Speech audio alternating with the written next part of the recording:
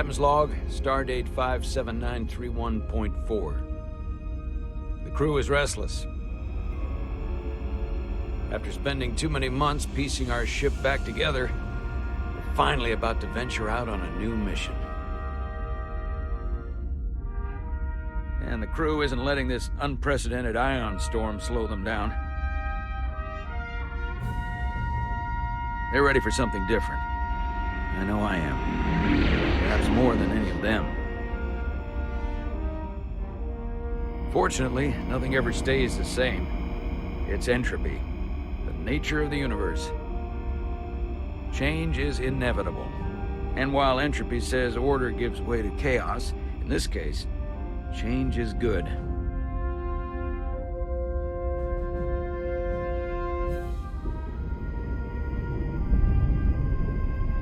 Our new first officer is en route to the Resolute. Jara Rydek. I know she'll bring a welcome dose of new blood to the crew.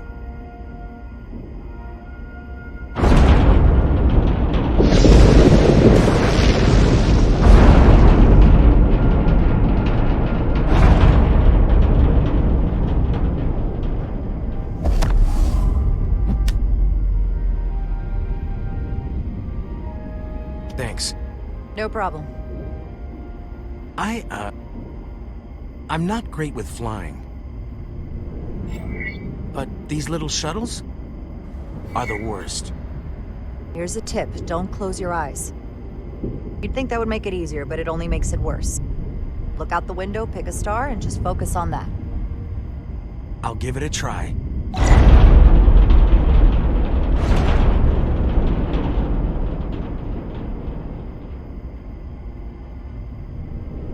Sorry, I'm a little anxious.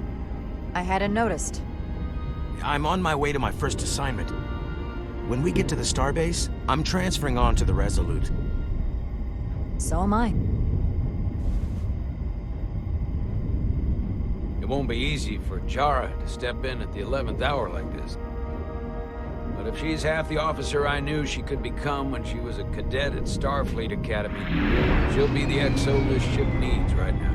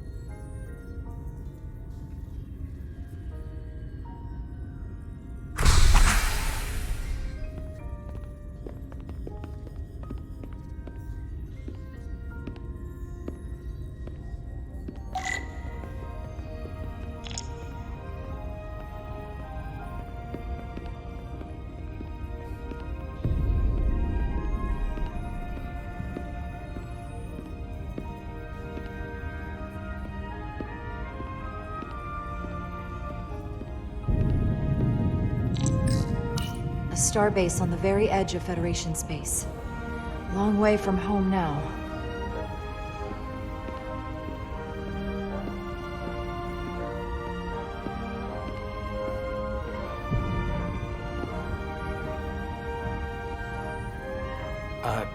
Commander? I'm not usually such a nervous wreck, by the way. I actually did well at the Academy. Oh yeah? Maybe you've heard of the Torvalin test? Sounds familiar. It's a tactical simulator that makes the Kobayashi Maru look like a picnic on Pintaris 5. Anyway, I finished in the top 20. Not just in my class. I mean, all time. In the history of the Academy. Really? That's quite impressive. Thank you. It was tough, but you know, I set my mind to it and it paid off.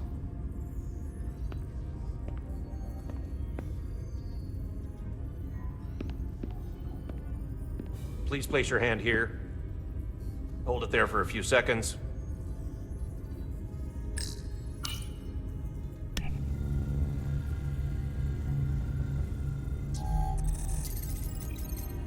Welcome, Commander Rydek. Wait, you're Jara Rydek? You absolutely crushed the Torvalin test. You finished in what, like the top 3? That would be me. Now I'm really...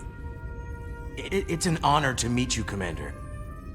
Sorry, I didn't realize before. I just came off the shuttle and was glad to be on solid ground. When people say top 3, what they really mean is 3rd place. I'm not first, so there's always room for improvement. I'll, keep working then. I believe Commander Ermot is expecting you. He's in the concourse just ahead. See you on the Resolute.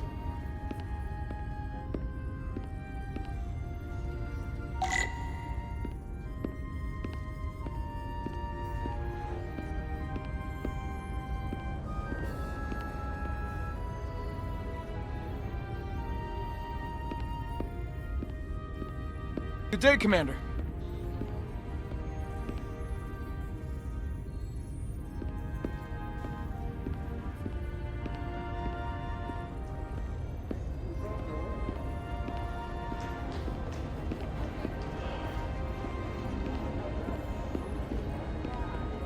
If I remember my briefing, Commander Ermot is a Bolian, so I'm looking for someone with blue skin.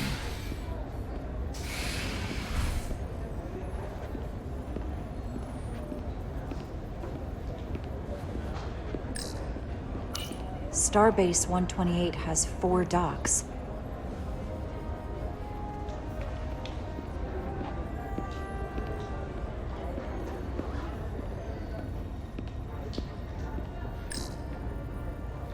Are you all right? Yeah, I'm just... Well, I'm not sure where my departure dock is. The Resolute's gonna leave without me. Look here. The Resolute is leaving from this dock. Ah, you're right. Nerves must be getting to me.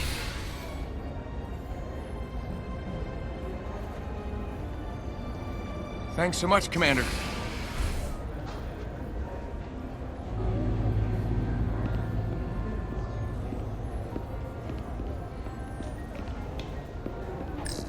Excuse me.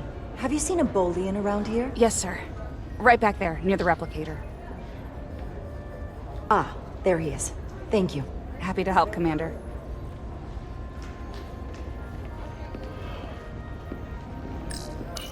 I'll replicate myself a meal once I'm on board. Excuse me.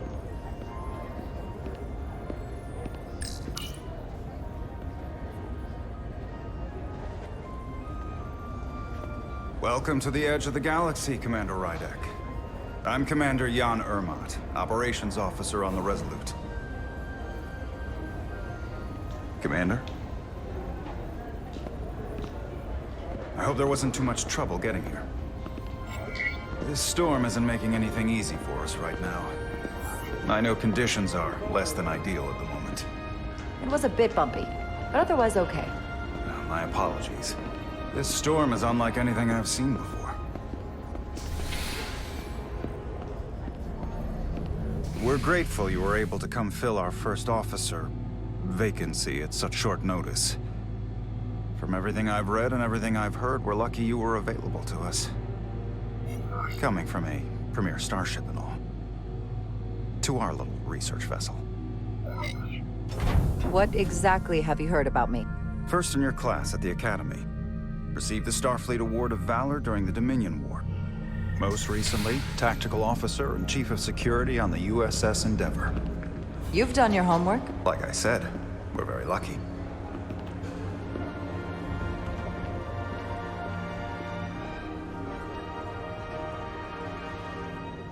The USS Resolute. She may not look like much compared to the bigger ships, but as far as science vessels go, she can more than hold her own. And she doesn't look so bad considering 6 months ago she was nearly cracked in half venting plasma fighting for her life. It was an accident? Equipment malfunction. An accident suggests fault, but no one's to blame. It was a planned test, but the warp core was pushed beyond its limits.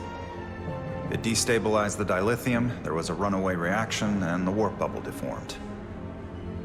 We thought we could reach a higher resonant frequency, but it was more than she could handle.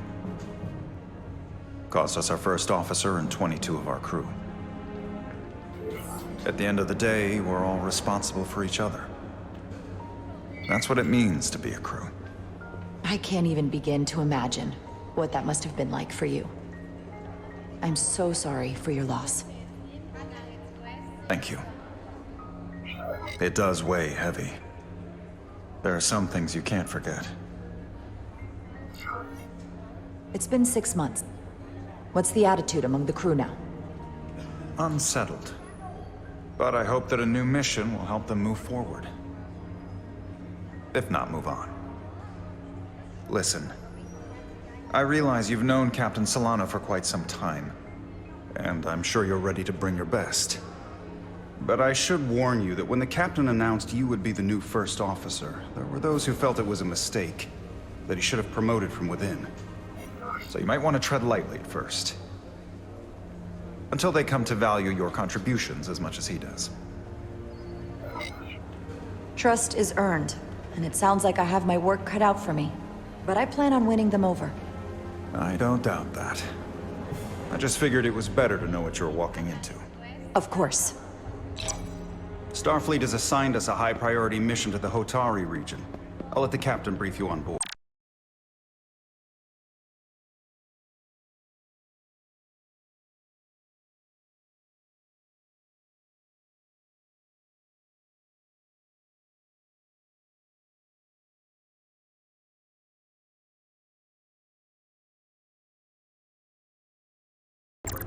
I know he's eager to see you.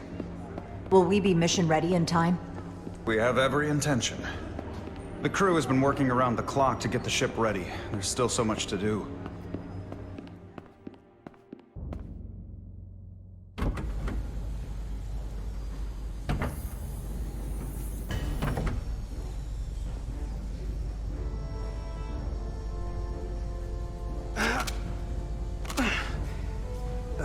Stuck.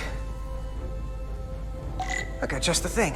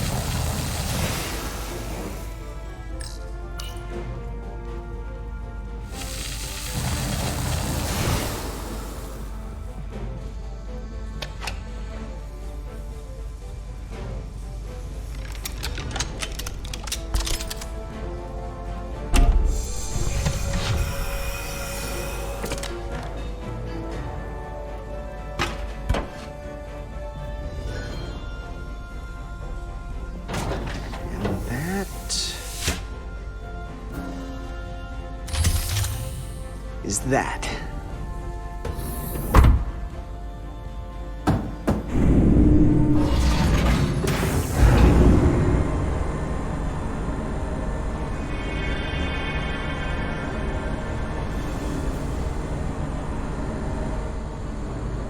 I thought the thing was totally fried.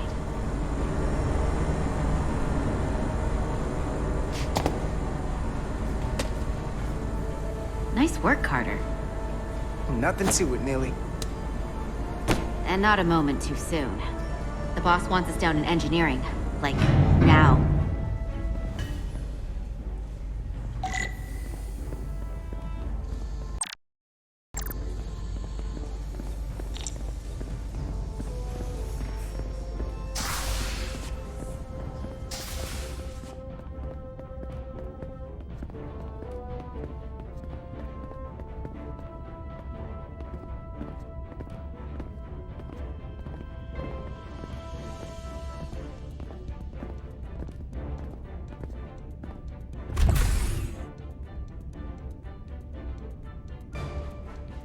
Engineering.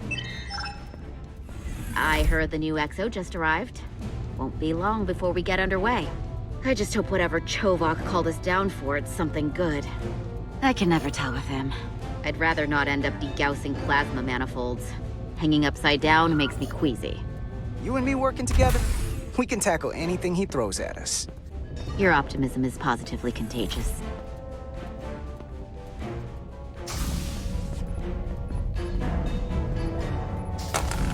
Looks like we got here before. Lieutenant Commander Chovak. We were just looking for you, Commander. Petty Officers Ed Solar, Diaz. I was beginning to think you would be late. We are all hands on deck right now, which means if you are not at your post at the appointed time, I do not have someone to replace you. A point I have been forced to make to Petty Officer Edsolar on repeated occasions.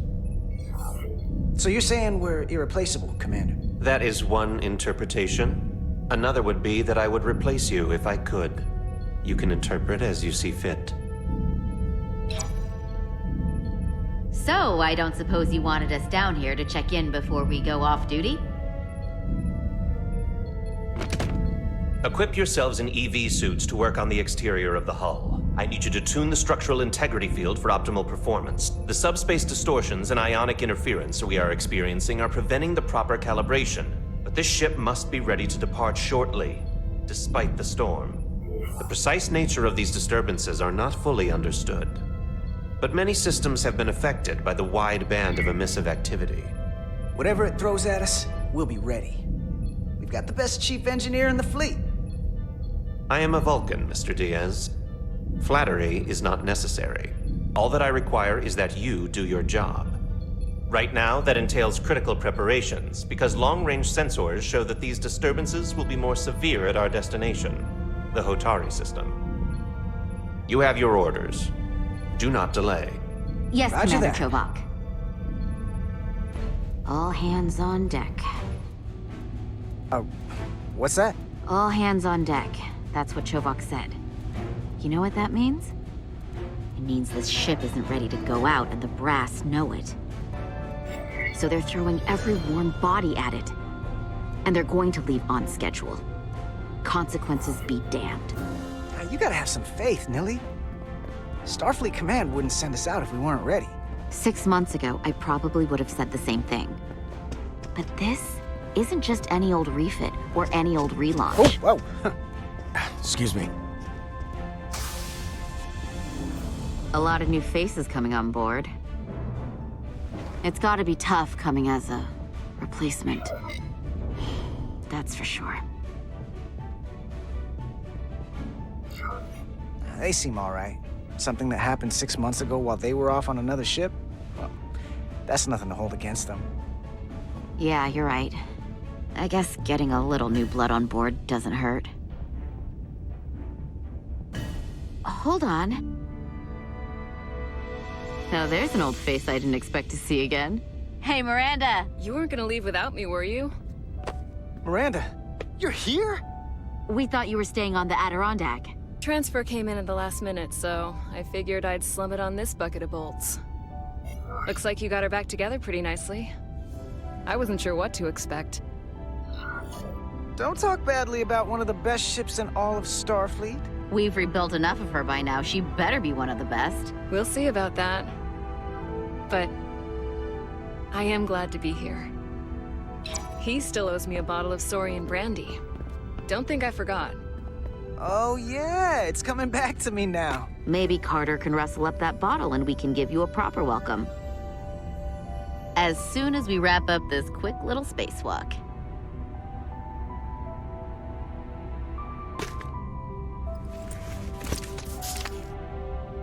Here, let me help you. Thanks. So what's the word? Are you back in the security rotation? Yep. Still running with the usual suspects. Whoa! Good to go.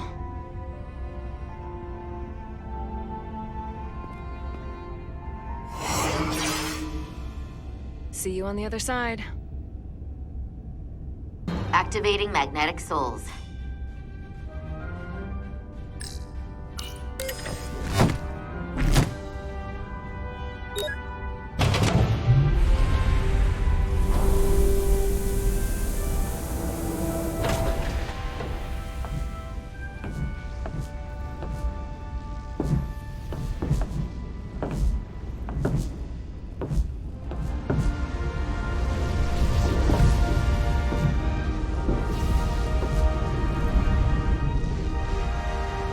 you never gets old.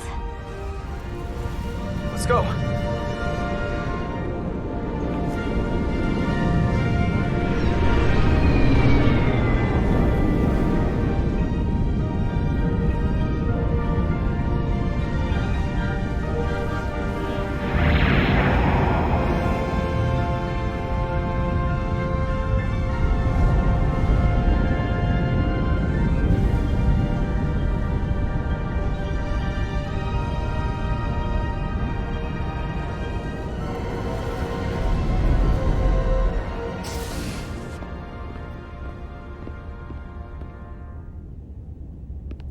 Captain Solano should be here momentarily.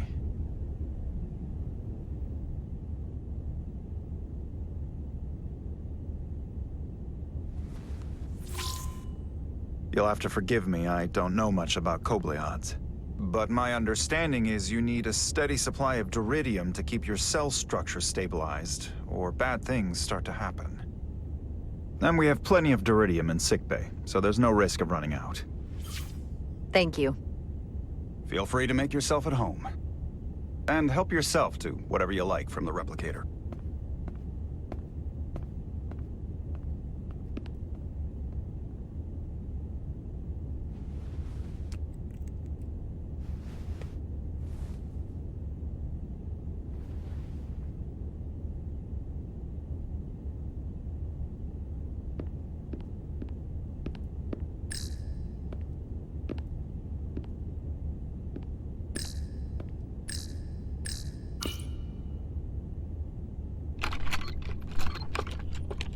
Can't wait to plot a course myself.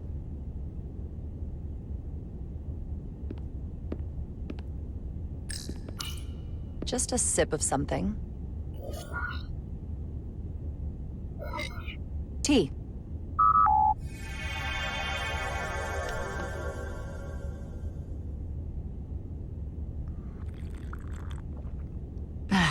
That's lovely.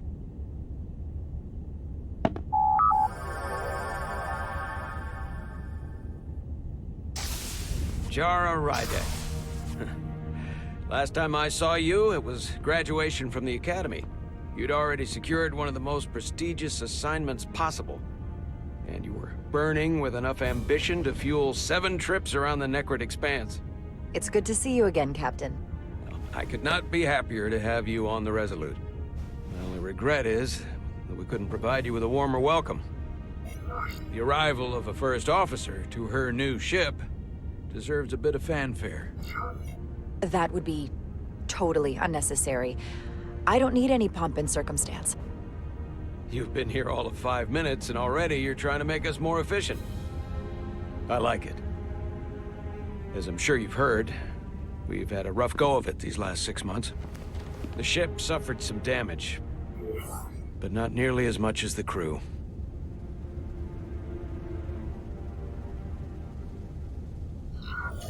I assume you mean the accident. That's right.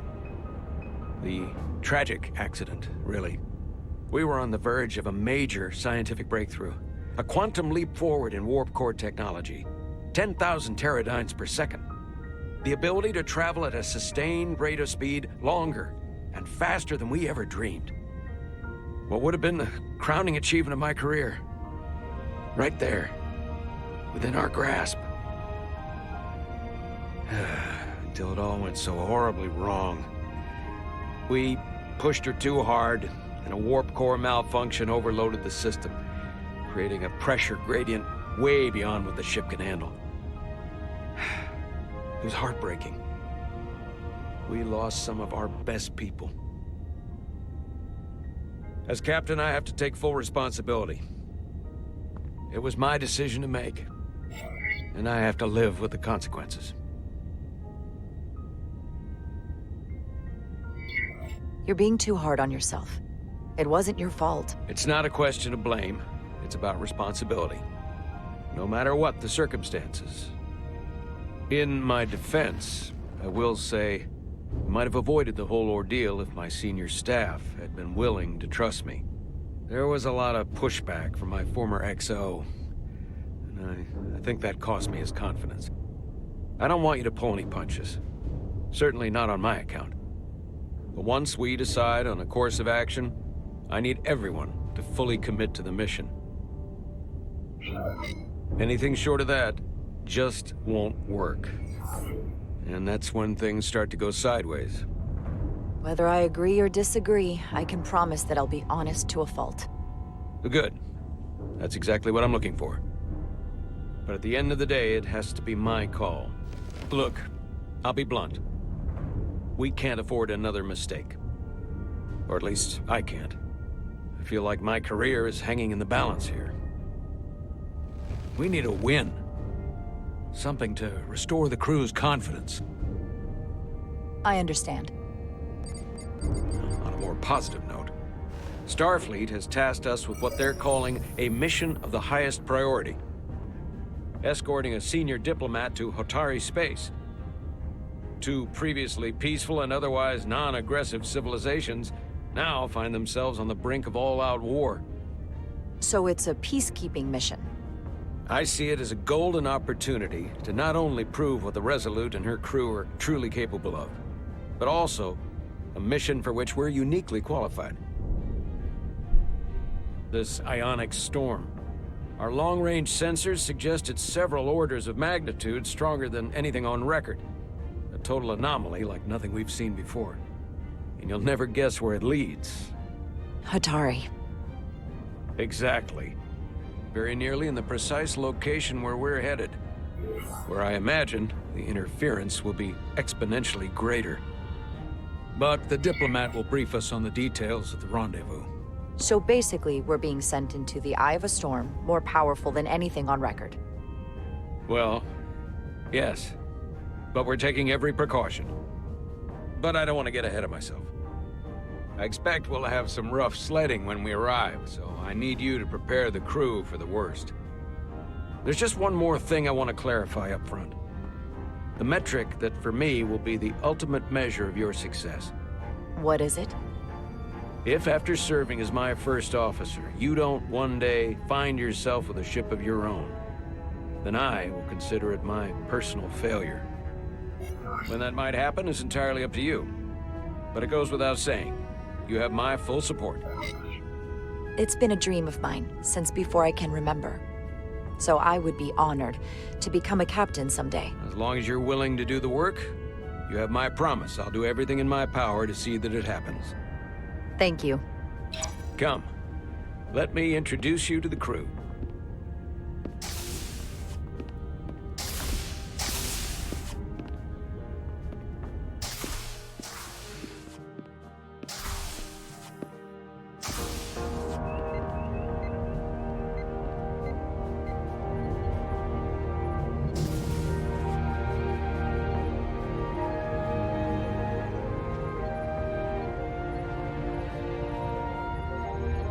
Everyone, if I could have your attention for a moment.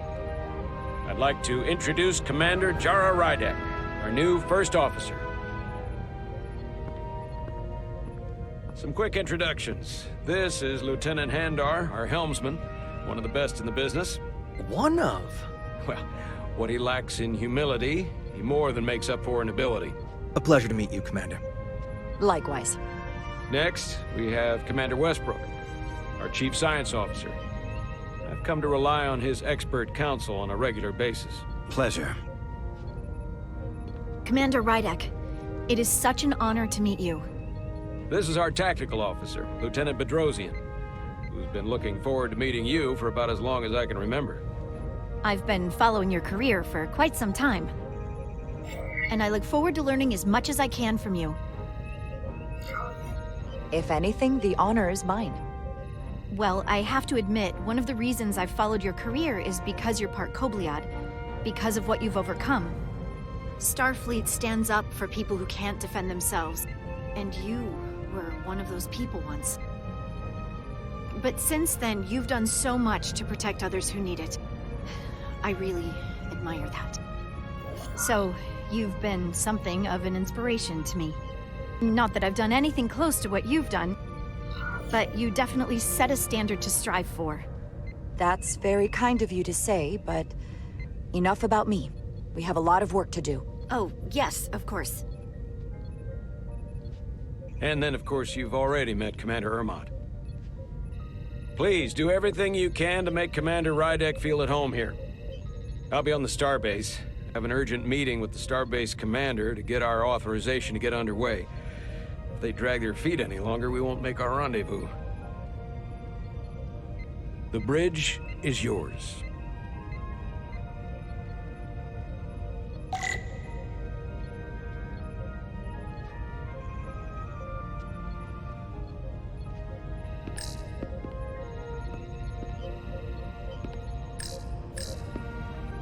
Science station. The Resolute is a science vessel, primarily. Might explain Commander Westbrook's attitude. I'll have to speak with him later.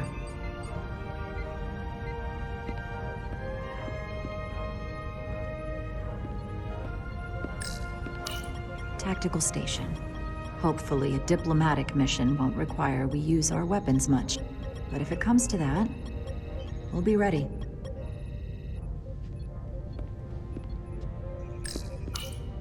Communications. Keeps us in contact internally and with other vessels.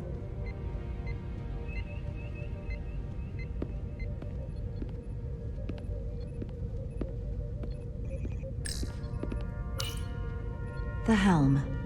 The Resolute is a refitted Centaur class, meaning it's capable of quick maneuvers. Can't wait to see what she can do.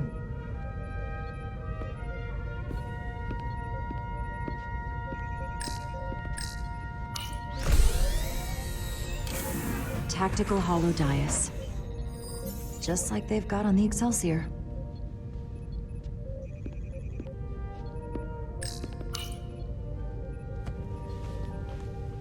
Commander, Chief Engineer Chovak needs to lower the structural integrity field. He's sent a crew out to recalibrate the emitters in response to the danger posed by the storm. We just need your go-ahead. Permission granted. Lowering structural integrity field, now. Enter in maintenance mode. Condition blue.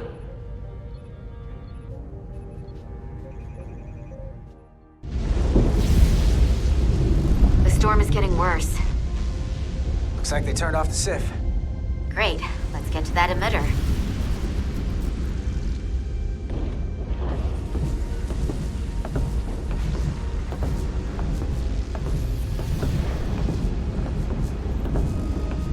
Every time we're out here, I half expect to see her in pieces again. She's still got some scars on her. It adds character. When I joined Starfleet, all I wanted was a ride out of town. But this isn't exactly how I pictured it. On the outside of the ship? No. Sometimes it feels like we're just part of the machinery. Don't you want more than that? I mean, Starfleet is noble and all, but it's still a machine. A massive, massive machine. Now, what are you complaining about? We got the best seat in the house out here. You wanted to get away. I enlisted because I didn't want to wait years just to get out and see the galaxy. I wanted to go somewhere, see new worlds, look up at a sky no one's ever seen before. Just because I'm cranking a hyperspanner up in a Jeffries tube today doesn't mean that's all I'll ever be.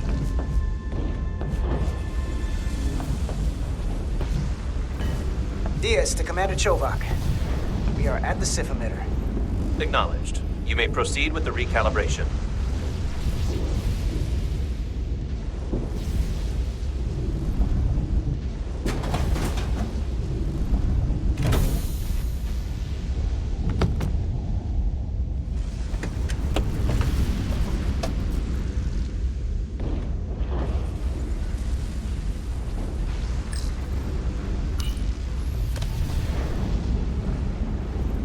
Beginning recalibration.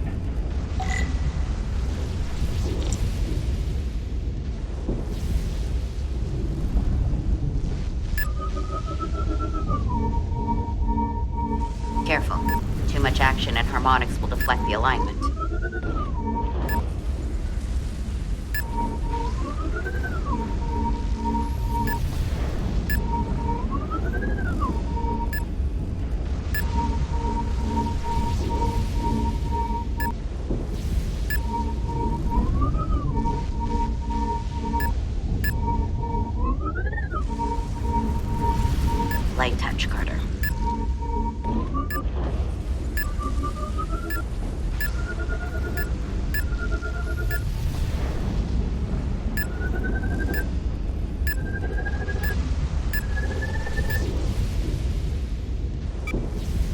Looks good.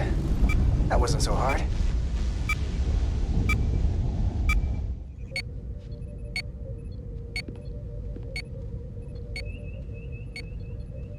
Commander Westbrook, right? Chief Science Officer.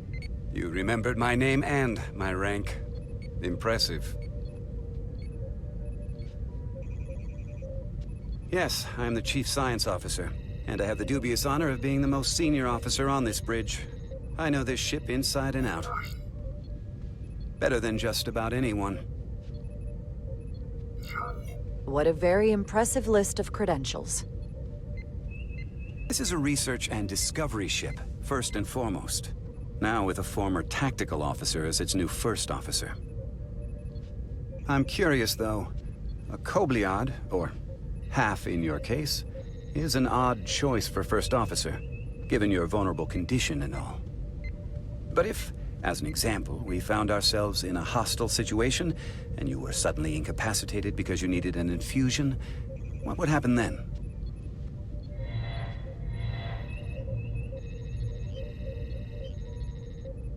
You'd leave Captain Solano without an XO. Granted, that would be a worst-case scenario, but not outside the realm of possibility. That's very kind of you to be concerned about my well-being. But you don't need to trouble yourself on my account. I'll be fine. Well, I wouldn't say I was concerned, just curious, that's all. Listen, can I be blunt, Commander? I see no reason to stop now. Commander Sutherland, your predecessor, was one of the best first officers in all of Starfleet. His record was impeccable and his reputation was without equal. I mean no disrespect, but the shoes you're stepping into are almost impossible to fill. He was loved by the crew, and he was one of my closest friends. So I can only hope that you'll live up to expectations. I don't think I could ever replace Commander Sutherland. And it would be a mistake to even try.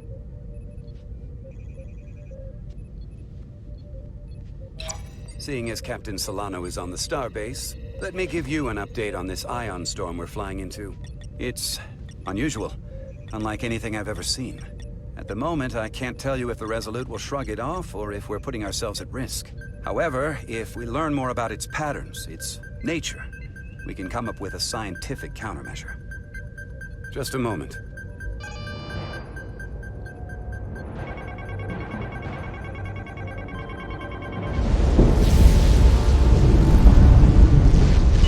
We've got a massive energy wave inbound. On screen.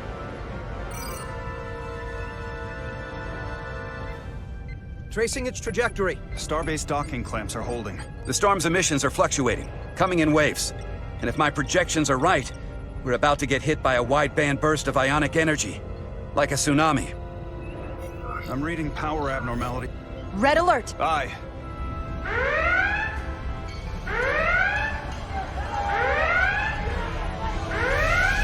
Evacuating main gangway and retracting. Putting sensor visualization on screen. With the structural integrity field shut down, we can't take a direct hit. Time to impact. 1 minute. Shield systems are severely impacted.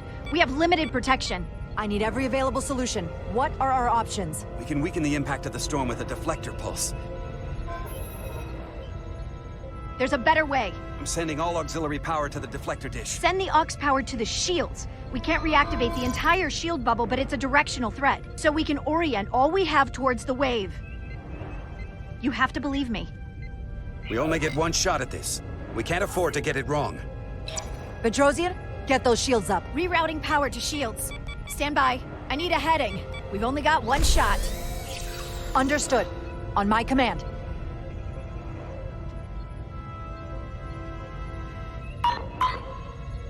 Heading locked. Raise shields.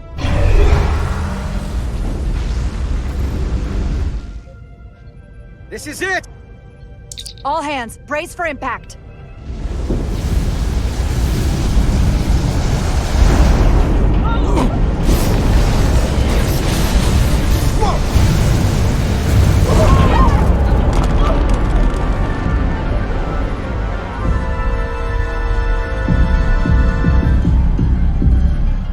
What happened? We've experienced a surge of radiation. Oh, you don't say. This radiation supercharged the plasma, forcing it to backflush through the system and creating a dangerous imbalance. And you blow out every primary system on the ship. Just tell us where you need us. I need you to traverse the hull to the access port to recalibrate the port nacelle plasma regulator.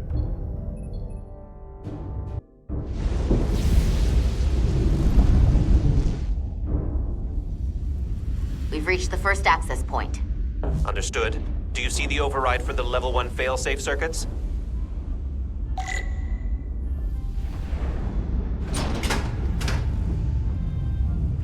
Affirmative. Engage the override. It should allow us to stop the EPS flow to the warp engine without triggering an automatic core shutdown.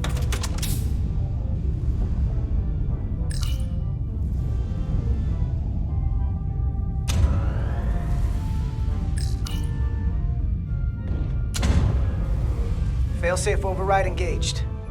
Are you sure? I am registering some crosstalk in the bypass circuit. We need to route the signals so they don't interfere with each other.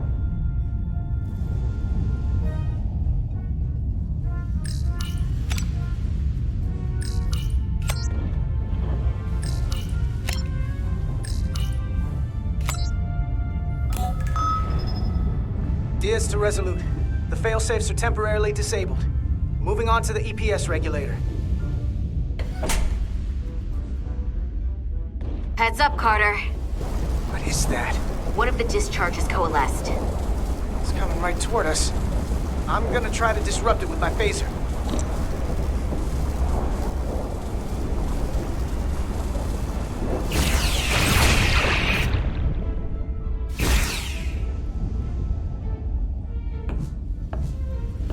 So we gotta climb up the pylon. Not that there's really an up, but, you know.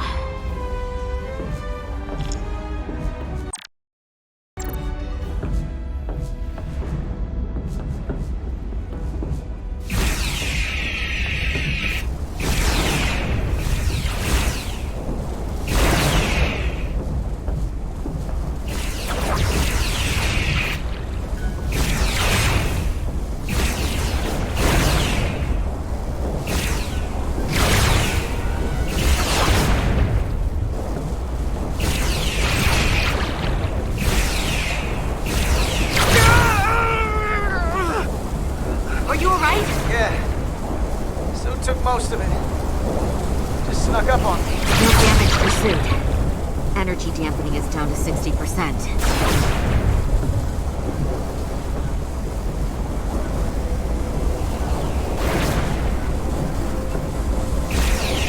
We're almost to the regulator.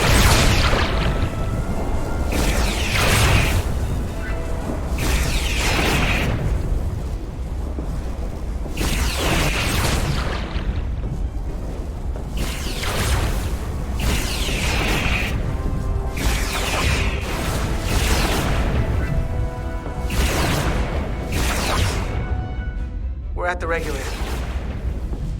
Opening the access panel.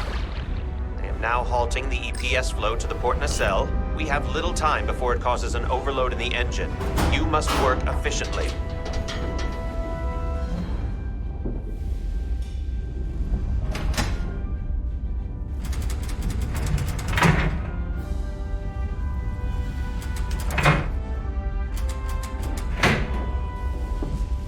EPS manifold adjusters reset to neutral.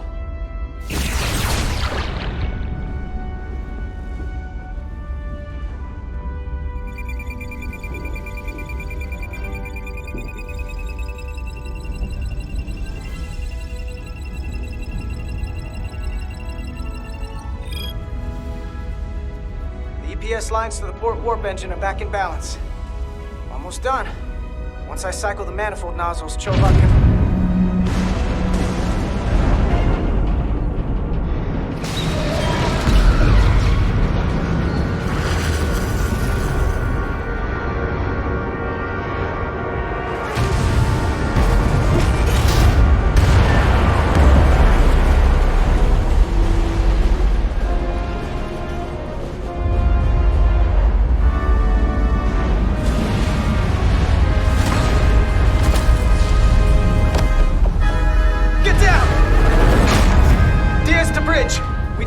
docking clamp.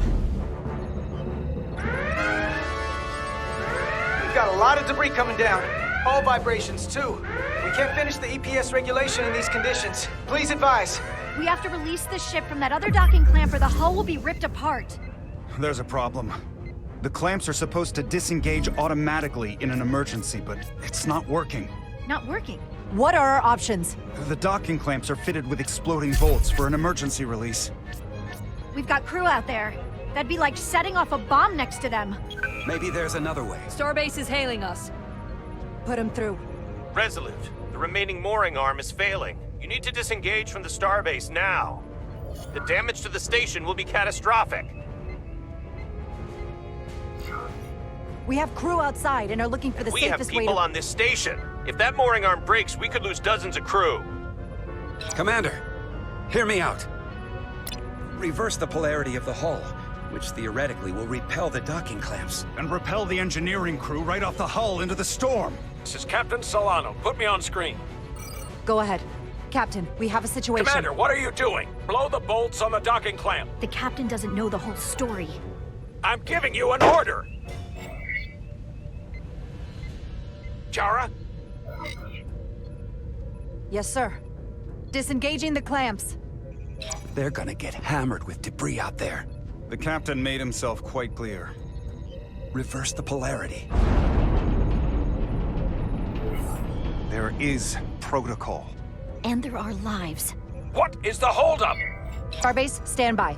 We're gonna flip hull polarity to disengage the clamps. Yes, Commander. What? You just said you disengage the clamps! Captain, I have to do this.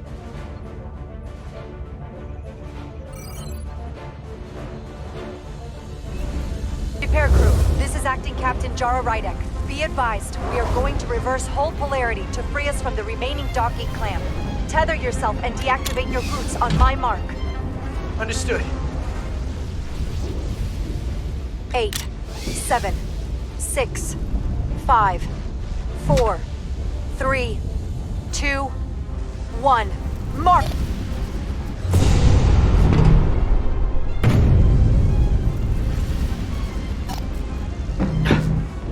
Perfect.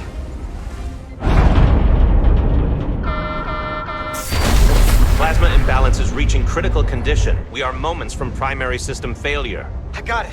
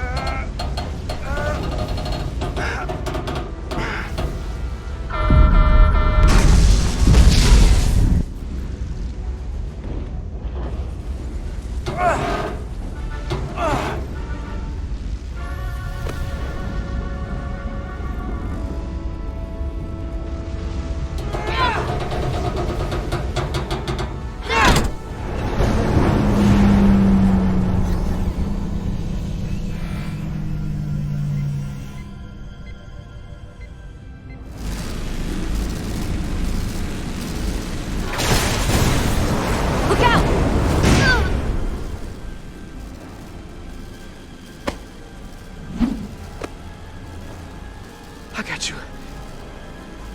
Petty Officer Edselar's hurt and unconscious. I'm gonna have to tow her back to the airlock. Mr. Diaz, the situation has changed. You are at risk of triggering a substantial electromagnetic arc if you approach the main hull the way you came. But Commander, the way we came is the nearest airlock. There is an auxiliary hatch near you on the far end of the pylon. You must bring Miss Edselar there to access the interior. Roger that. Go in there now.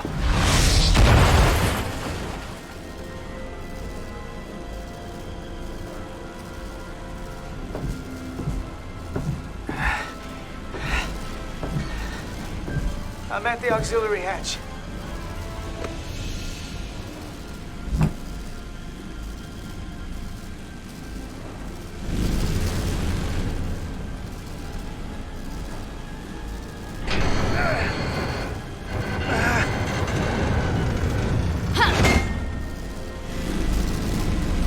You go first. What? Let me save your neck this time. no time to fight me on this. Get in there! Not on your life. Let's not let it come down to that.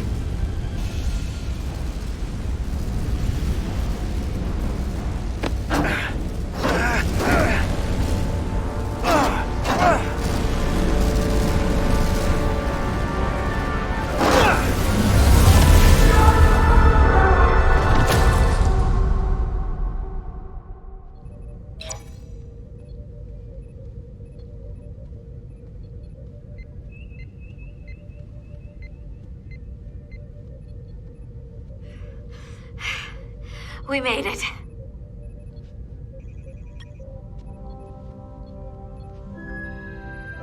They're safe. Bringing the SIF fully online. Do it.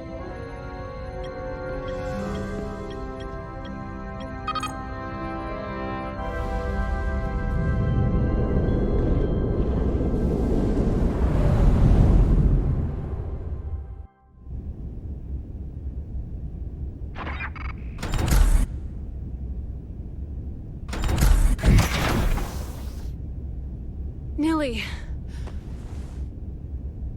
I'm good. Help me with him.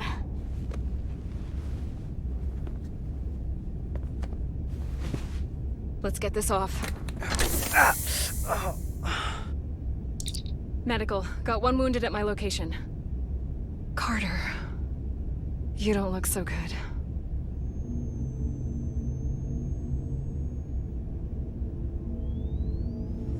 You gotta be more careful.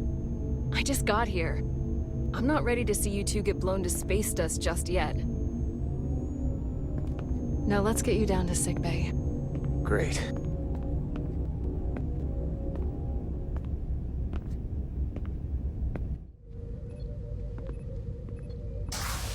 Status report. The repair crew made it inside. EPS flow is back to nominal levels. The SIF is back up. How does this affect mission readiness, Mr. Ermot? Releasing the docking clamps using hull polarity minimized damage to the Resolute. We'll have some last-minute repairs to make, but if we reapportion some of the staff, we can make our departure on time. As of now, however, we are successfully moored to the station. Good to hear. Send updates to my ready room. Commander Rydek, with me.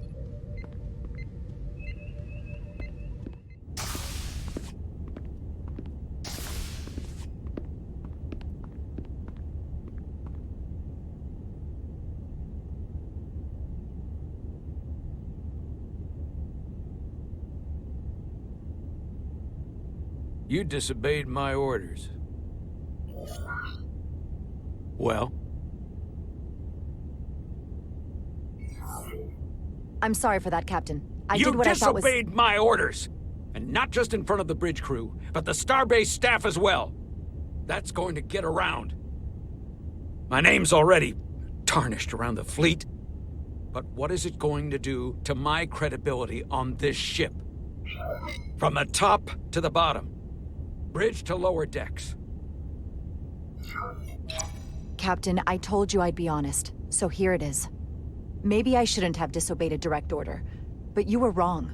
You weren't on board, and you didn't have all the information. So I made the right decision for the ship.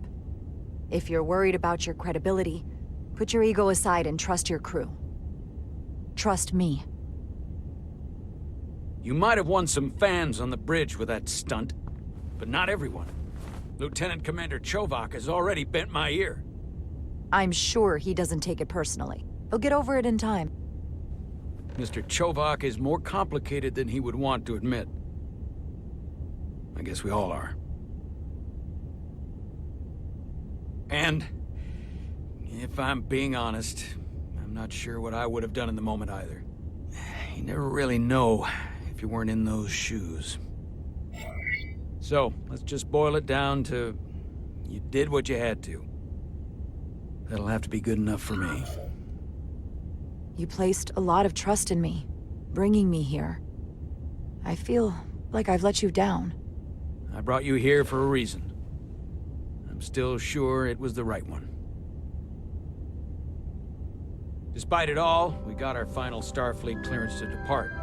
So if you'll fetch Mr. Ermot, we'll knock out the final details of any outstanding repairs, and then We'll set out for Hotari. Yes, sir.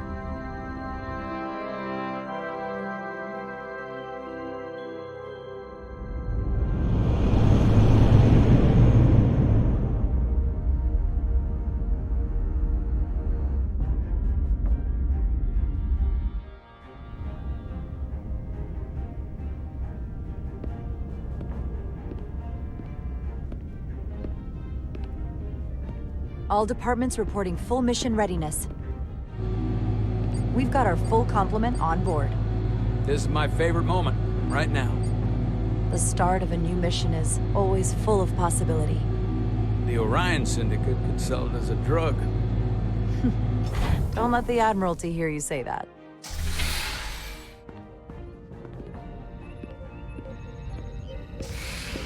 Captain on the bridge.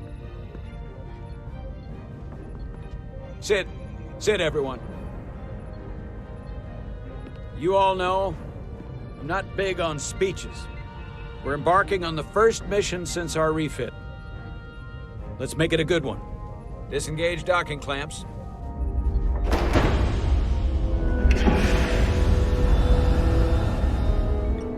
Docking clamps released. Thrusters ahead, Mr. Handar.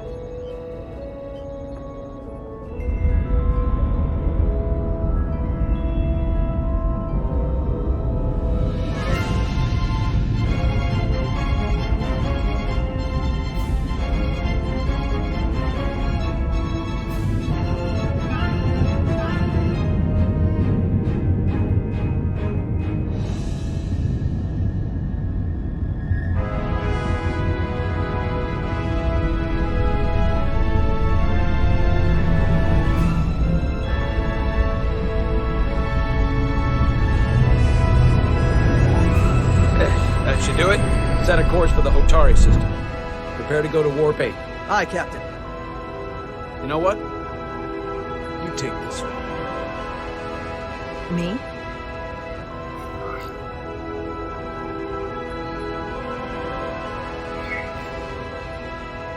Engage.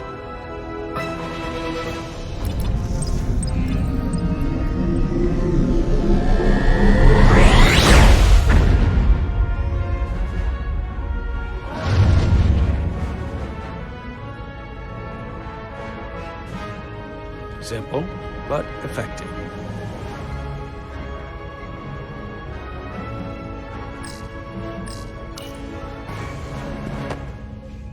Easy. Thank you. I'm fine. Really, You don't look so good.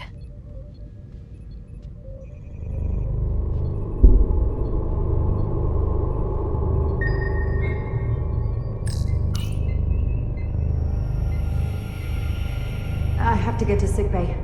Go.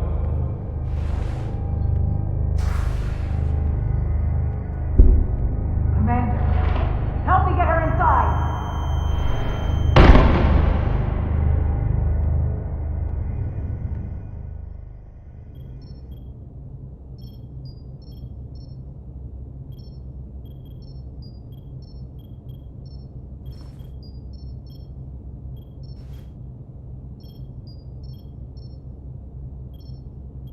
Well, that was quite a scare.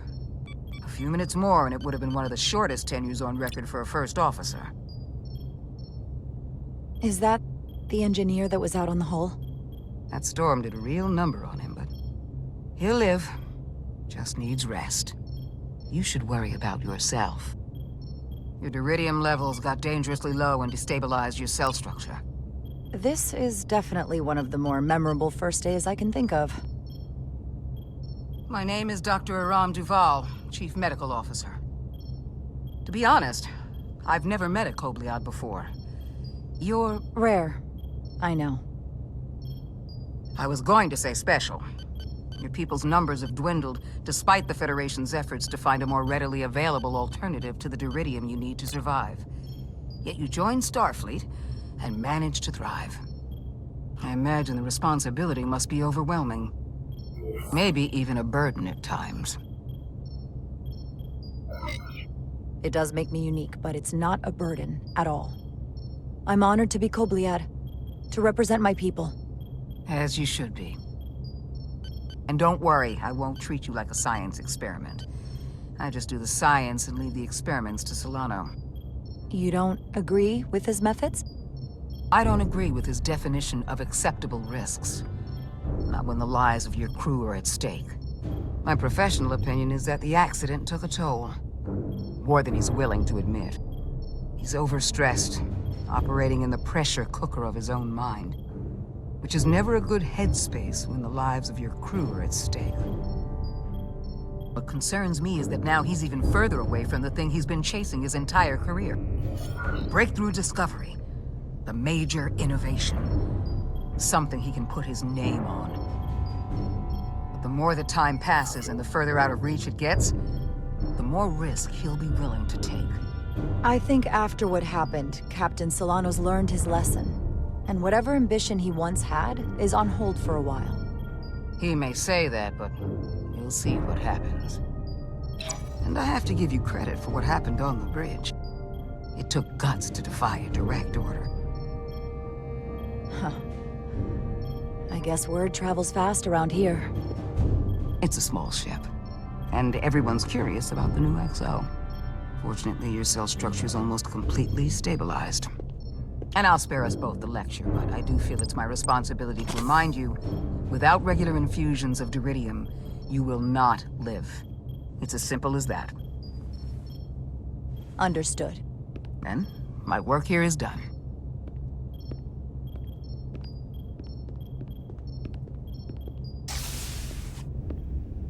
Lieutenant Bedrosian. I came to see if you were okay. We were all pretty worried on the bridge. No one knew what was happening. I'm feeling much better. Thank you. It's just part of who I am. You don't have to explain to me. I understand. I'm just glad you're okay. You trusted me earlier with the shields, and I appreciated that. I want you to know that I have your back. Thank you.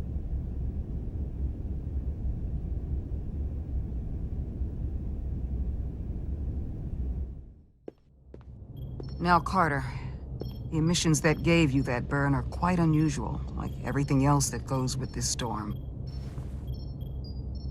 That's a combination of hyronalin and lectrazine to counter the radiation effects. That should help speed your healing. She's come by a couple of times to see you already. Be brief. It's good to see you awake again. I was starting to get worried. Not that you aren't in good hands with Dr. Duvall. You did take one hell of a shot, though.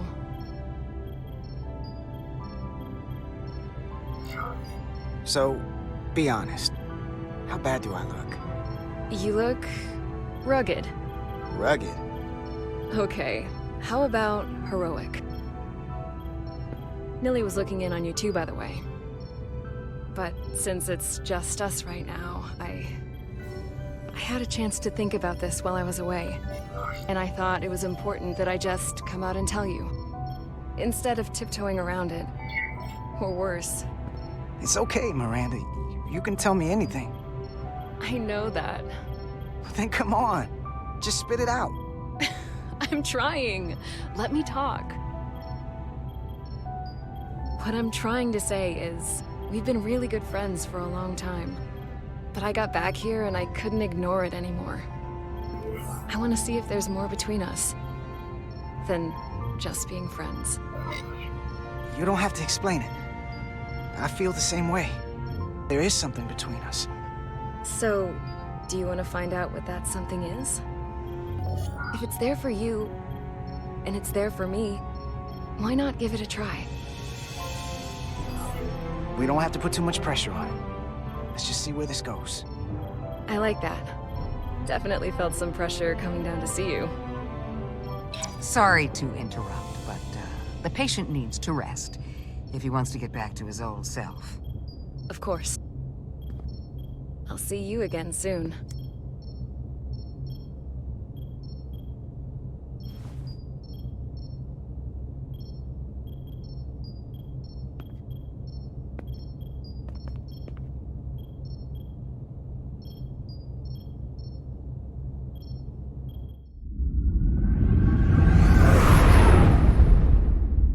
approaching the rendezvous point outside Atari space. Helm, bring us out of warp. Dropping to impulse.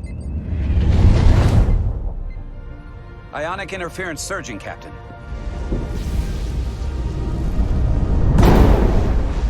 Shield integrity holding. We can take it. We are at the correct coordinates to meet the shuttle. Commander Rydek, find us our diplomat, if you will. Aye, Captain.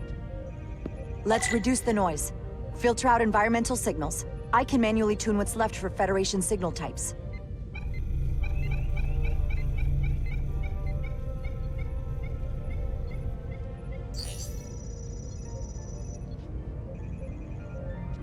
I've located the shuttle. Opening comms. On screen. Shuttle to Resolute. Shuttle to Resolute. Debris field. Lost maneuvering. Losing. I can't get it any clearer. We won't get a transporter lock. It's just not happening. Power up the tractor beam. We'll pull them directly into the docking bay.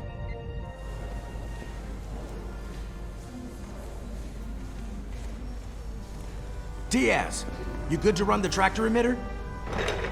Yes, sir. You sure? I'm sure.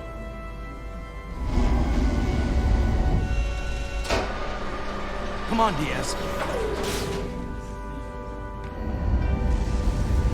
First thing, lock onto the shuttle and stabilize the rotation.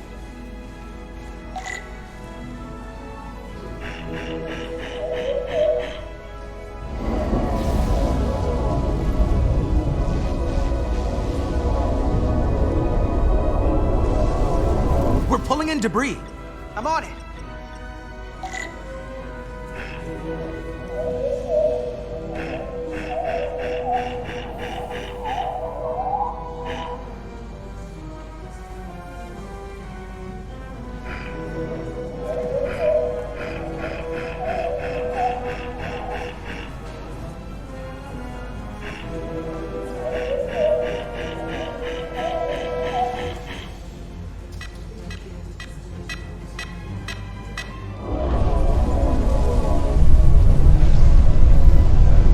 That's gonna take out the shuttle. Diaz, the bridge. There's a large piece of debris headed for the shuttle. The tractor beam can't handle it. Can our shields take it? I believe so. Commander Rydek, plot an intercept course. On it.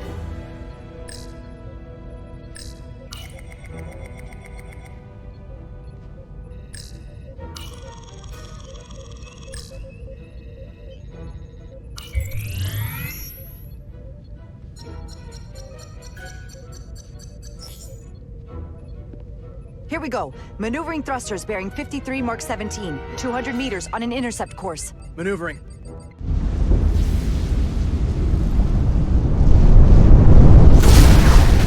Got it. Whoa!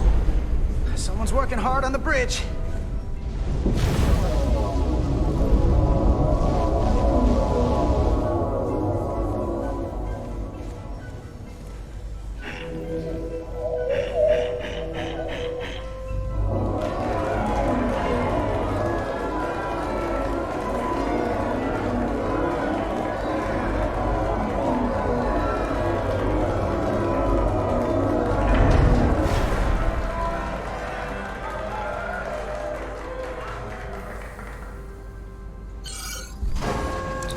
The shuttlecraft on board. Good job. We're on our way down to meet them.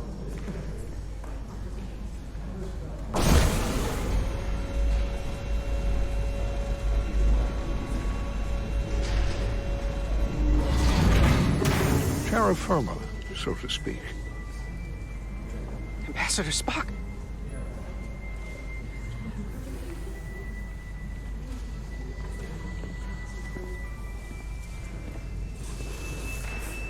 The captain will be right down to meet you, sir.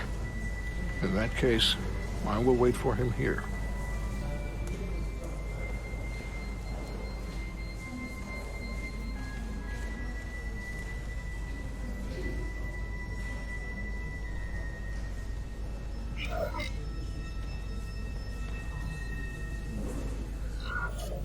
Apologies for the landing, Ambassador. I was operating the tractor beam, sir. I take responsibility. Our arrival was the smoothest part of our journey. Your artistry with the tractor beam is commendable. We thought we were prepared for our arrival in Hotari space, but it is evident my craft was not sufficiently robust for such intense ionic activity. The storm has been pretty intense. There was an element that was most unusual. Before you came to our aid, our maneuvering thrusters and impulse engines were rendered inoperable. So we attempted a short traversal at warp speed, only to find that we could not achieve warp at all, even though our diagnostics computer showed no faults or anomalies. What do you make of that? When all indications say that warp speed is possible, but in practice, we find it is not. Well, this storm is one of the strangest phenomena we've ever encountered. It's disrupted other systems. Who knows what it might do to a warp drive? Yes, it would seem further investigation is called for. Take readings, run some additional diagnostic checks, and we'll get to the bottom of this. Quite logical. Petty Officer... Carter Diaz. Sir. Thank you. Ambassador Spock. Excuse me. I'm honored to have you aboard. I'd like to get right to it. We're already behind.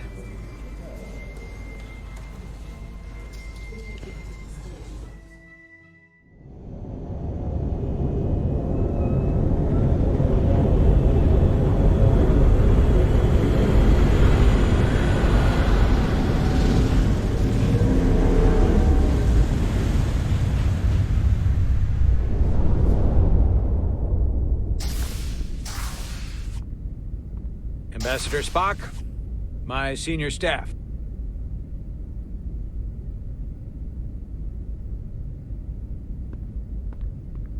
It's not every day that a captain gets to welcome a Starfleet legend aboard. You flatter me, Captain Solano. But legend implies the past tense, whereas I am very much focused on our present circumstances. I didn't mean to suggest you were stuck in the past. You're right, Ambassador. Not the most diplomatic choice of words. You are a legend, Ambassador. There's not an officer in Starfleet that doesn't know of your career. I would never assume that to be the case. We were hoping you could fill us in on the details. We got the basics from Starfleet. Two formerly peaceful neighbors are now on the brink of war. Indeed, and the tension between them grows fiercer by the hour.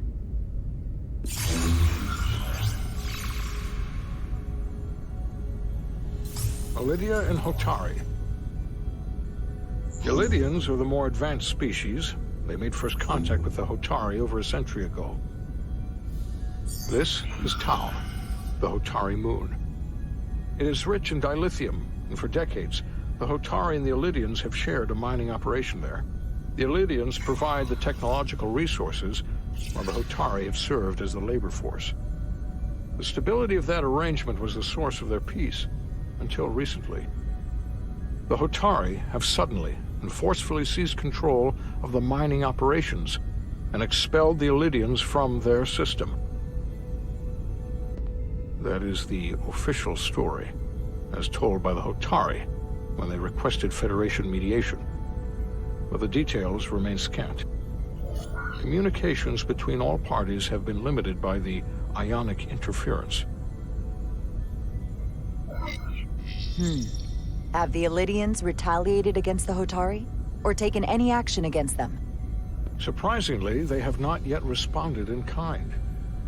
They were open to a Federation presence, but it is unlikely the relatively primitive Hotari forces would stand a chance against the Elydian fleet in open war. Left unchecked, this conflict will result in more bloodshed, which is what we are here to prevent. And the dilithium trade hangs in the balance. Clearly, the Hotari have been exploited in this relationship. Maybe we can persuade them peace is the more profitable alternative for everyone. They both profited from the mines. And for the Hotari, something is better than nothing. Peace is our objective, after all. That is correct. If we could convince them, it would restore the peace. But we would need the Hotari to accept a difficult compromise. Made all the more difficult by the emotions flaring on both sides, no doubt. Neither the Illidians or the Hotari are members of the Federation, so we can't make them do anything. There is an additional complicating factor I should mention. In the past, the Federation has relied on the Illidians as a source of dilithium. That certainly changes things. Federation sources its dilithium from a lot of places. Yeah, and this is one of them. That means the Hotari have no reason to trust us. I wouldn't go that far, Commander. We are completely neutral in this matter, on neither one side nor the other. Any suggestion otherwise would compromise our position. Given the Federation's involvement in the Iridium dilithium trade, Captain Solano and I must make every effort to appear neutral in these negotiations. What worries me is if this whole thing unravels, and we're at the mercy of the storm at less than full strength. We can't let it come to that. Considering what the Ion Storm has done to our ship, and the Ambassador's shuttle, we have to assume the Ilidian fleet has had problems with it as well. This recent surge in the energy disturbance temporarily levels the playing field. Commander Westbrook is correct. The energy anomalies around the Hotari systems have been noted in the past. But they have never been observed on the orders of magnitude we have seen in recent weeks. If it's keeping the two sides talking instead of shooting at each other, that actually helps us negotiate a peace. And we'll take advantage of that as long as it works in our favor. And when it doesn't? All the more reason to learn as much about it as we can while we are here. We do not want to be caught unprepared, should the energy anomaly continue to fluctuate. So I trust we understand our circumstances. We're operating on a strict timetable here, and we're going to be leaving for the negotiations shortly. Commander Westbrook, I want you to leverage our systems to investigate the anomaly from here while we're gone. Aye, Captain. Thank you all. Dismissed. I want to speak to both of you privately.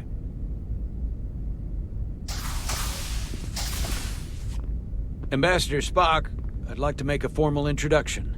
My first officer, Commander Jara Rydek. Commander, as you are aware, there are limits to what Captain Solano and I can do in our official capacity as representatives of the Federation. But someone in an unofficial capacity, your first officer, for example, would not be bound by those restrictions. Commander Rydek could ingratiate herself to certain parties behind the scenes, where they may be more candid in revealing information that could lead to a resolution. She certainly goes her own way. Maybe that helps in this case.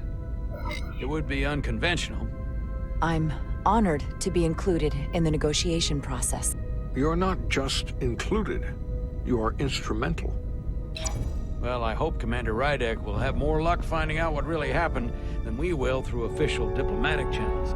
The fate of the negotiations, the interests of the Federation, and the prospect for peace may very well depend on it.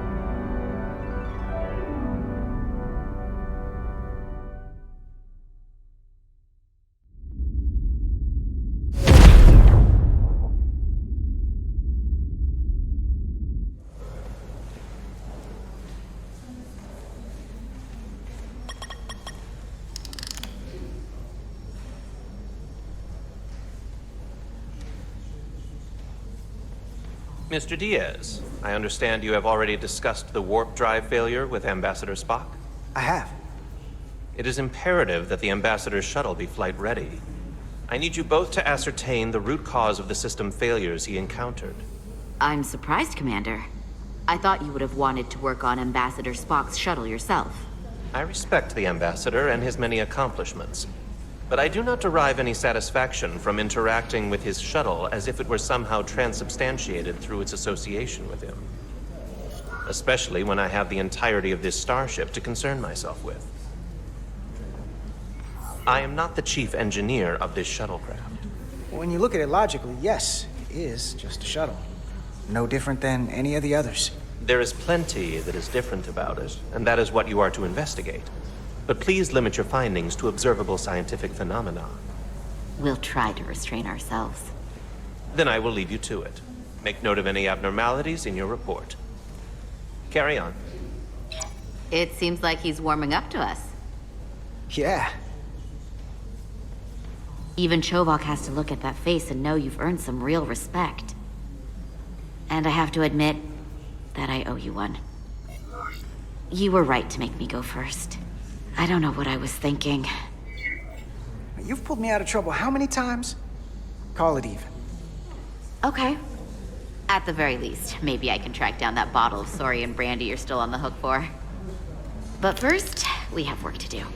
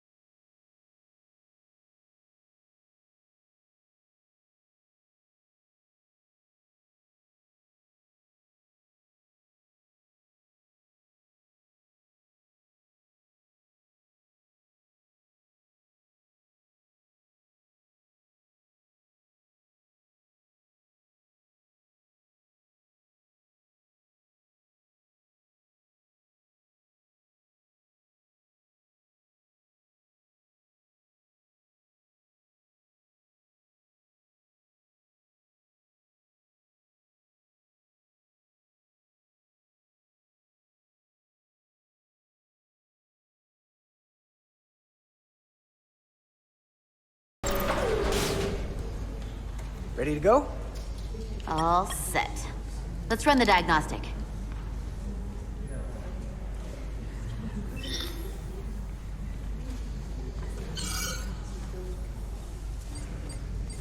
So... I know about your talk with Miranda. You do? She sent me a Priority 1 dispatch right after your conversation. I'm happy for you. Both of you. Thanks. But I'm only going to tell you this once. Don't screw this up. Because I would be very unhappy if you tried this out and then, I don't know, 6 weeks or 6 days later, I have to start splitting holidays between the two of you. All because things went south and you're not on speaking terms. That just isn't gonna work for me. Are you upset? Not on your life, Diaz. But you need to be careful. I like my friends and I like our group. I don't want to lose that.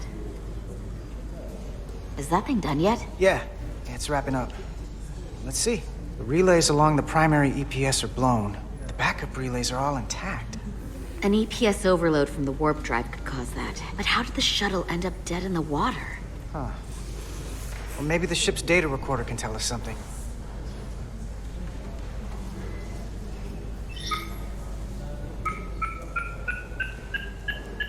Here.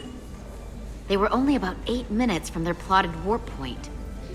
No faults, just those warnings. What are they? Subspace variance out of tolerance. What does that mean? It means the main navigation array lost sight of space somehow. Will the array going offline cause that? Yes, but it should have also thrown a fault code.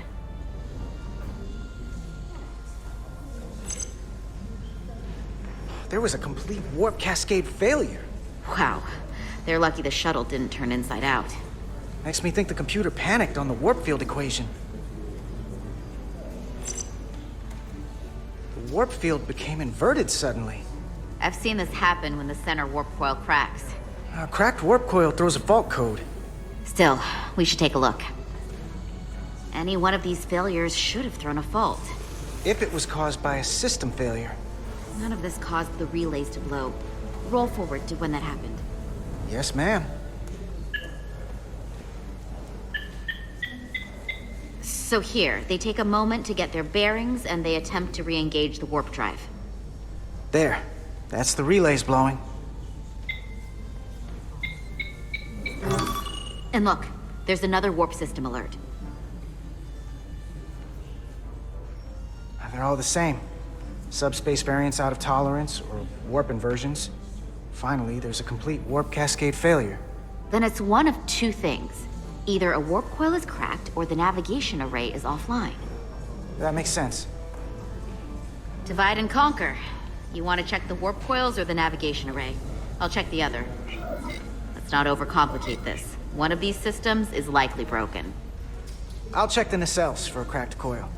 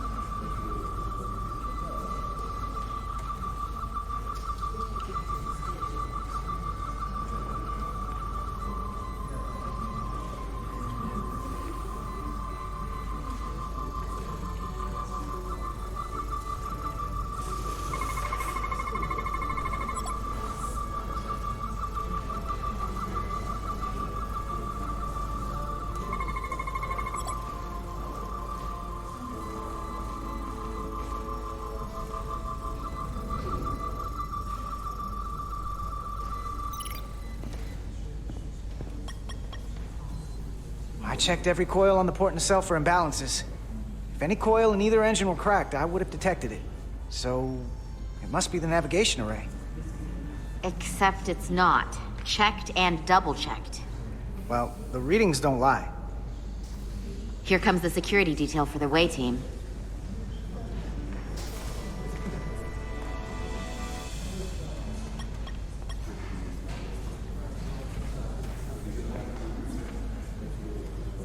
Hey.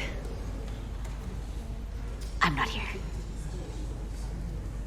We're escorting the negotiating team to the surface as soon as they come down from the bridge. I don't want to interrupt some important work. I was just hoping to see you before I go. The captain and the others will be here any minute now. Should be an interesting ride down to the surface. Come on, I'm never too busy to make time for you. That's not true. No. But I am glad you came by. No, that's more accurate. I gotta be precise with you, huh? Hey, Maris.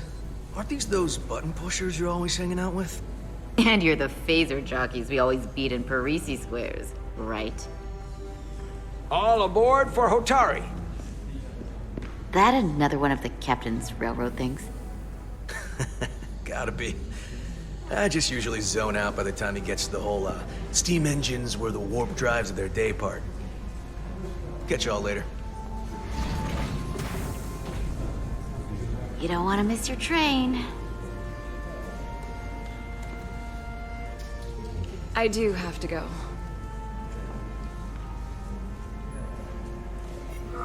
Not gonna lie, I'd rather not leave right now.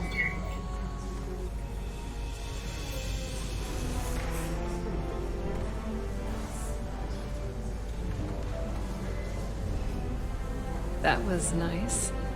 Yeah, it was. Save some of that for when I get back. You've got a deal.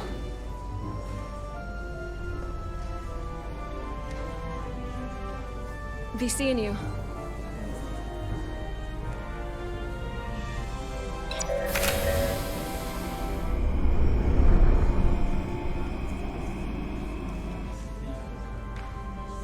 Etzelar de Diaz. If you could float back down to reality, we still have a ways to go. All right, where were we?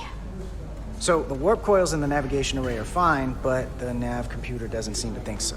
I'm out of ideas short of field stripping the shuttle from bow to stern. You wanna take this out of the shuttle and throw it on the bench? Oh, real hands-on maintenance. I like it. Okay, the nav computer is patched into the ship. The ship's computer can double-check our work.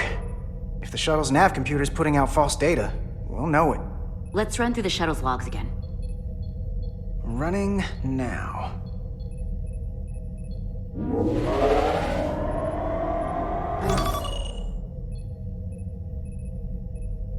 Same. Warp field inversion and a cascade failure. However, the Resolute computer doesn't show the same subspace variance. We're in the same conditions that the shuttle was in when it failed. Why wouldn't the ship's computer get a matching result? What if the subspace variance was a momentary occurrence? That's a possibility, and it would explain why the simulation under our current sensor readings failed to reproduce the issue. But a subspace anomaly strong enough to cause a warp field collapse would leave graviton ripples for days. Let's run with the momentary subspace variance theory for now. Roll forward to the shuttle's attempt to re-engage the warp drive. We need the conditions of space around the shuttle at the moment of warp failure. Resuming simulation.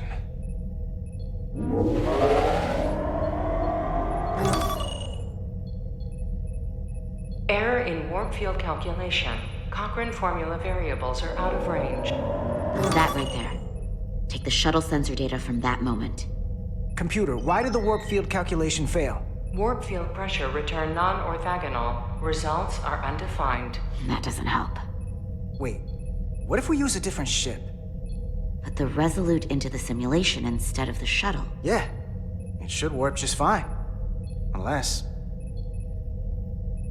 Computer, run the simulation with the Resolute. Resolute simulated. Computer, give me manual control on the warp power. Static field intensity, warp 1.1. 1.2. 1.3. Warp pressure is destabilizing. Error in warp field calculation. The warp drive has experienced a system-wide cascade failure. Warp field collapsed. Subspace variance is out of tolerance. Cochrane formula results are undefined. Bingo. What-o? The same moment when the shuttle failed to warp, so did the ship. Whatever happened to the shuttle just happened to us. The Resolute will not sustain warp. We can't leave Hotari space.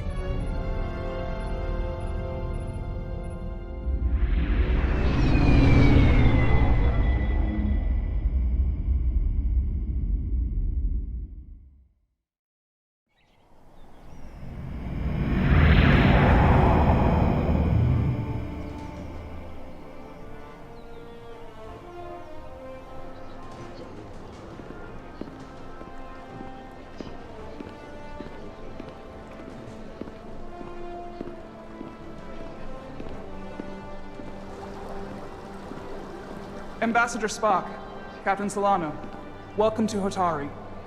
We are honored you have come. My name is Tylos Altaris, Minister of Diplomatic Affairs. The honor is ours, and this is Commander Jara Rydek, first officer aboard the USS Resolute. You'll find she has a keen mind, and unique insight into the dynamics between the Hotari and the Illydians. It's very nice to meet you. Likewise. I hope... These must be the representatives of the mighty Federation, the reigning authority in the galaxy. Or so we've been led to believe. Whether that's true or not remains to be seen. But, either way, we're grateful you've made the time to come to our little corner of the universe. And you are? This is Galvin, and this is Citron, the heroes of the revolt in the mines.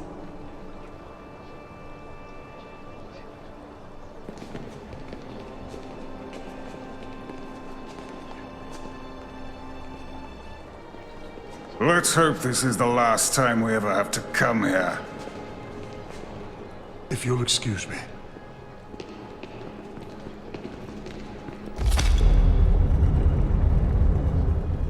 I think we're about to begin.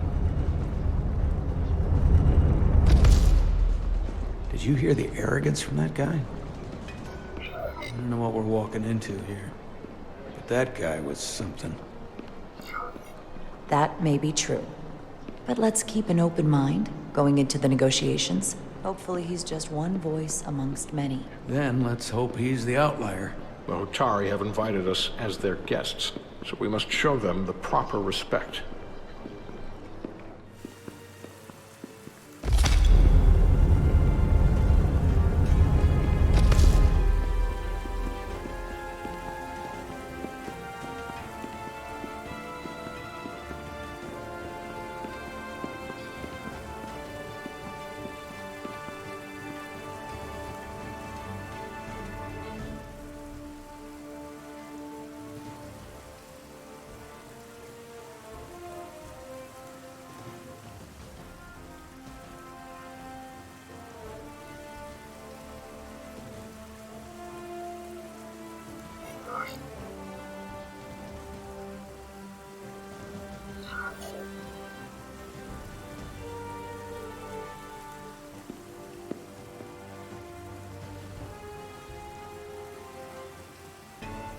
Ambassador Spock, welcome to Hotari Prime. The honor is mine, Your Majesty. That the Federation would send one of their most respected representatives is not only an honor to the Hotari people and their queen, but a recognition of our stature and importance. Let's get on with it, shall we? With all due respect to the Federation and their ambassador, they have no authority here. We are not members of their alliance. We are not subject to their rule, nor yours. We demand the immediate return of all mining operations to Elydian control, as it has been for centuries and will be for centuries more. That has always been our understanding. That understanding has changed. Then you invite war! And if you cannot remain silent, you will be silenced. But his point is well taken. What is the Federation's interest in this matter? Perhaps you would have us trade one oppressor for another? The Federation remains neutral. Our only interest is the peaceful resolution of this conflict. We are here at your request, Your Majesty. For now. I'm trying to keep an open mind here, but it's not easy. I thought they wanted us here. Was there something you wanted to say, Captain? Oh, no. My apologies. And what about the Kobliad? She's not part... She can speak for herself, can't she? Then let her.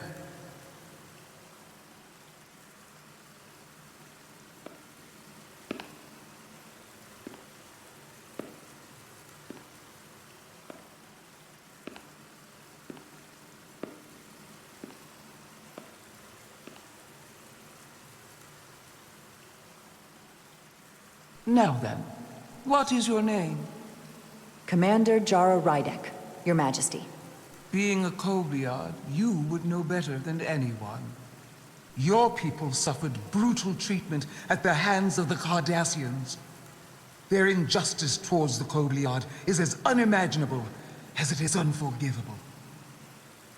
Not unlike how we have been treated by the Elydians. As much as they'd have you believe they are the victims here, remember it was the Hotari who attacked us. Hundreds of innocent Elydians were slaughtered without mercy in those mines. The blood is on their hands, not ours! Quiet! If after all the Kobliad suffered, You finally had the chance to right that wrong, to get out from under their control. Would you take it? Or would you negotiate a peace?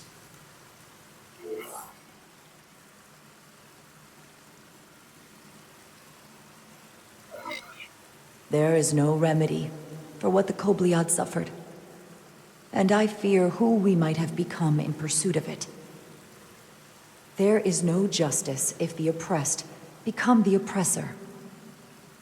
So I would willingly accept a peaceful resolution if it were offered. That is the real opportunity.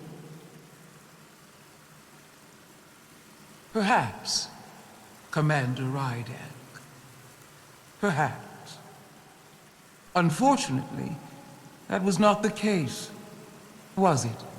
No, it was not. Peace is often elusive to those who need it most. The Federation is the most powerful, most advanced alliance in the galaxy. It's widely known we have an abundance of dilithium in our mines.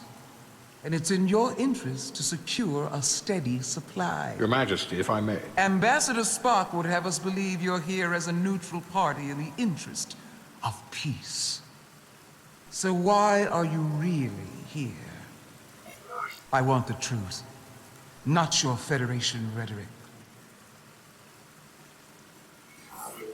As Ambassador Spock has said, we've come seeking a peaceful resolution to this conflict, and have no interest in your dilithium. I'm not nearly as naive as you must think. The Federation has done business with the Illydians for decades, which makes me question your motives. What they haven't said, but cannot deny, is a simple truth. The dilithium trade would not and will no longer exist without Illydian involvement. We created it for the benefit of everyone, especially the Hotari. We've given them warp technology. We've let them share in the profits. We've made their lives infinitely better than before dilithium was discovered. All of that goes away if the Federation turns a blind eye to their treachery. That is enough of your lies! The Hotari are quite capable of running the mines. We've done so for centuries. So tell me, who deserves control of the dilithium trade and the mines on Tau? Who should the Federation recognize? The Hotari or the Illydians? It can only be one or the other, not both. If I have to choose only one, then it would have to be the Hotari. Well said! How could the just and wise Federation make any other choice? This is an outrage. The Federation has lost all credibility. The mines are ours. Lydia will not be deterred. We will take back our mines by any means necessary. And you will see more blood spilled. I am more than willing to address your concerns, Your Majesty. Yours as well, Representative. But I suggest we could have a more productive conversation with a smaller group. Perhaps only the most essential representatives.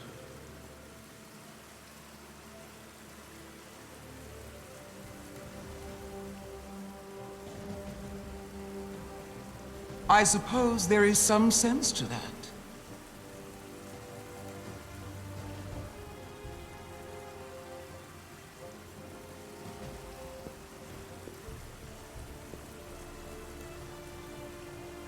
I hope we meet again, Jara Ryder.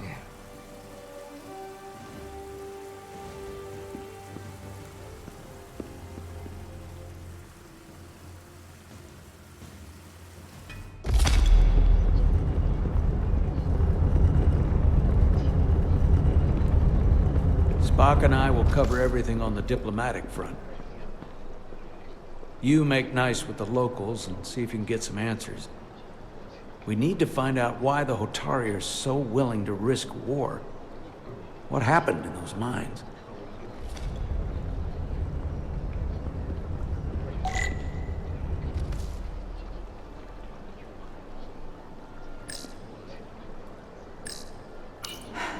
Captain and Ambassador have it handled.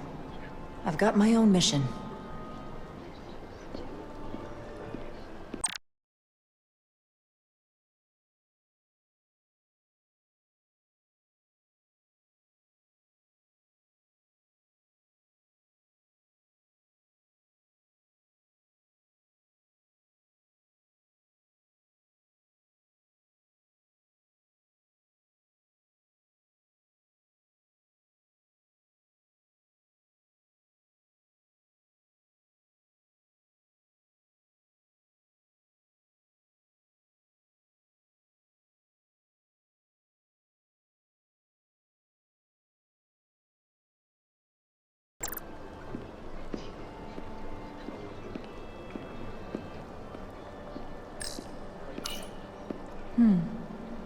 Soothing.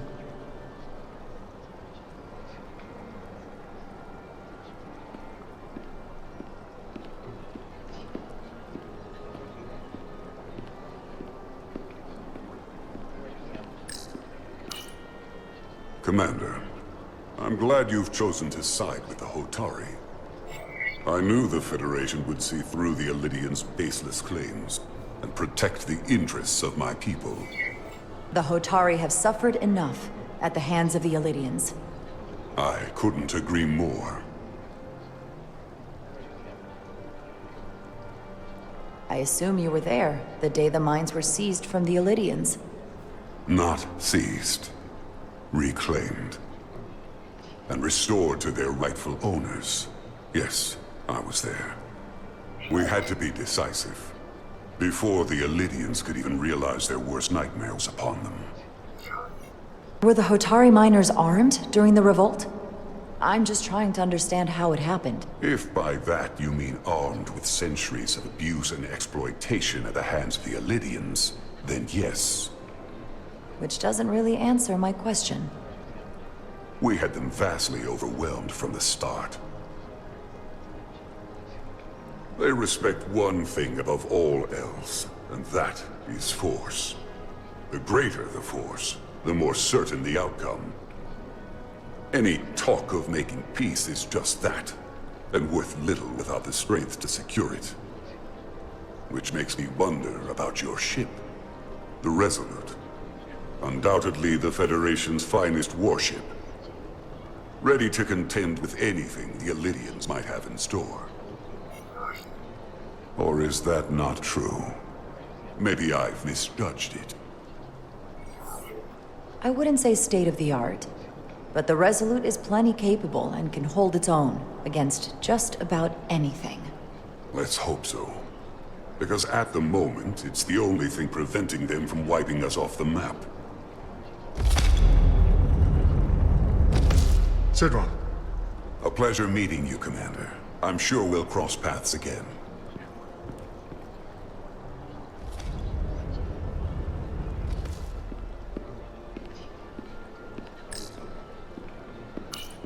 Commander Rydek, I'm encouraged to see the Federation supporting my people.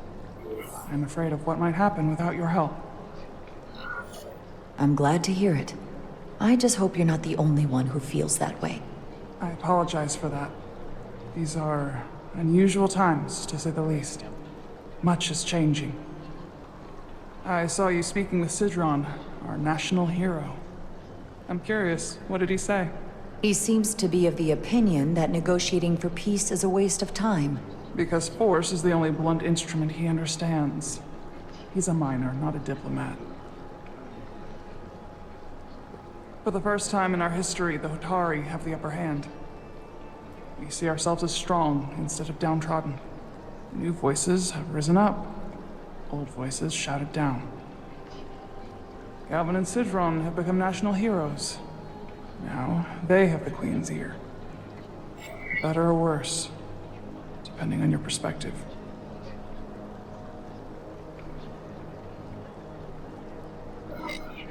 I get the sense you don't exactly trust them. I don't trust their instincts, which are leading us to war. My fear has been that the Elydians will launch an attack and crush us. You've seen their starship, no doubt. They could have retaken the mines whenever they wanted to, But it never happened. And as strange as this may sound, I'd almost say they're afraid. I just don't know what they're afraid of. It's still the same bluster and bravado you would expect from them. But it has no teeth. Like they're afraid of what might happen.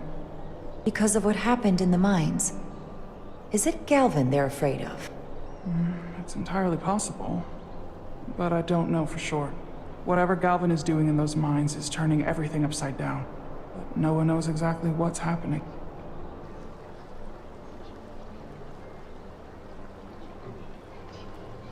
Since the day of the revolt, Galvin has seized control of the mines and restricted all access. No one's allowed without his personal authorization. And they've taken over a section of the palace with just as much secrecy and security. I'm told it could be something they brought back from the mines. I've made inquiries, but everyone pretends it doesn't exist. I strongly suspect they're hiding something. Are you sure of this? It's been the talk of the palace since the day of the revolt. How can we know?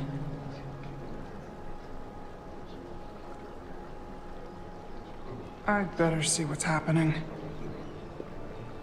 Do you think you can find out what they're hiding?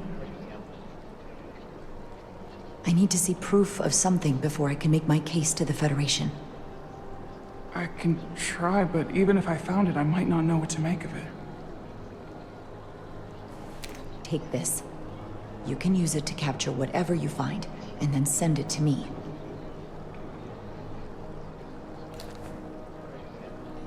Thank you.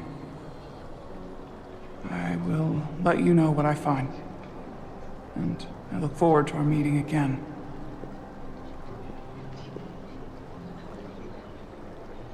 Sorry, I couldn't help but notice you were speaking with the Hotari this whole time. I figured in the interest of fairness, I should offer another perspective. Of course.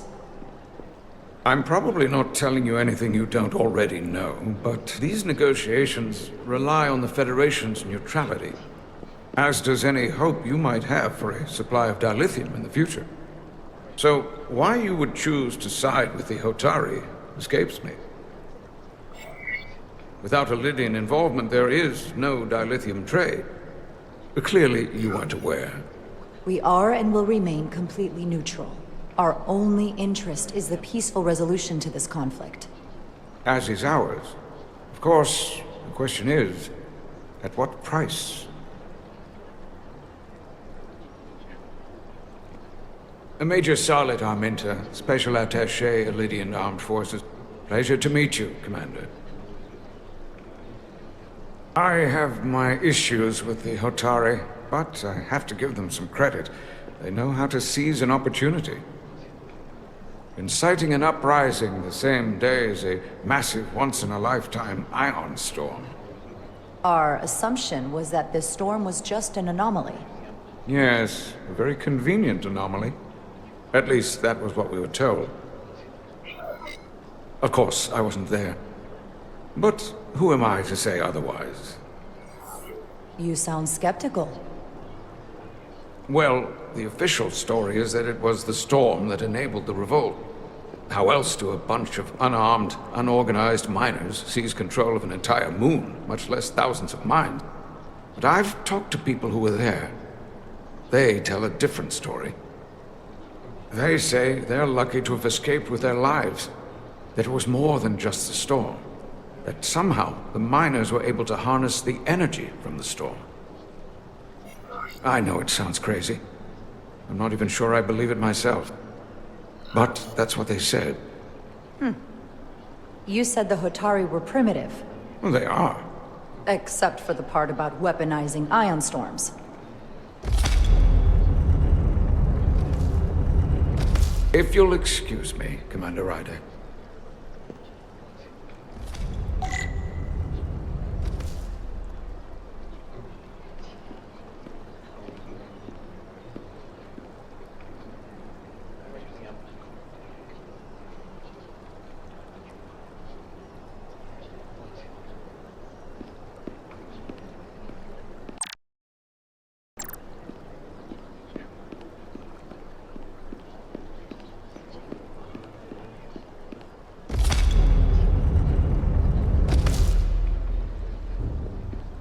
Well, that was a disaster. What happened? The Hotari refused to concede anything, so the Elydians stormed out. The Hotari did not invite us here as peacekeepers. I hope your efforts were more fruitful than ours.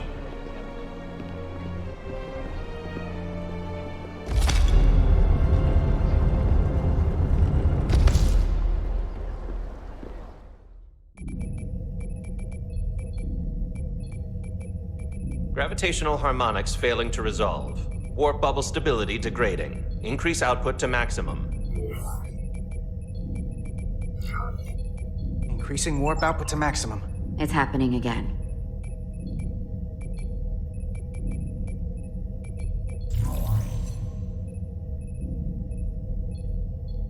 It is evident that presently, the Resolute cannot achieve warp propulsion. Since our diagnostics rule out any problems with our warp systems or anything about the ship, the problem appears to be the fabric of space itself. Space itself? You're saying something about this region of space prevents warp travel? Prevents it, or can't sustain it. However improbable, that appears to be the case. We need to know more. Well, couldn't we slow-boat it out of here at impulse speed? It may come to that, but we don't know how far this warp dead zone extends.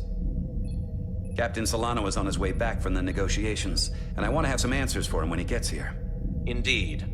Given the facts at hand, we may be able to deploy subspace probes around the ship to construct a clearer picture of the phenomenon. Around the ship. I'll prep a shuttle.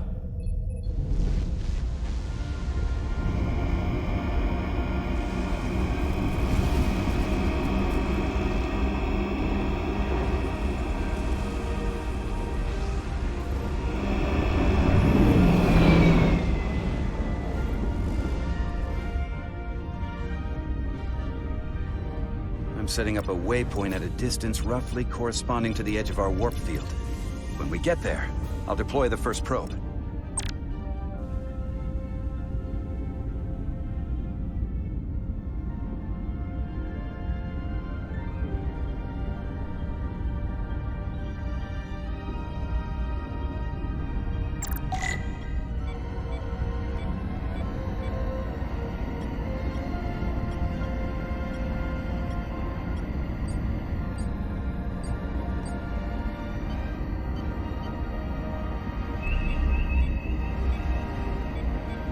Commander Westbrook, the Resolute systems are calibrated to receive the probe's readings.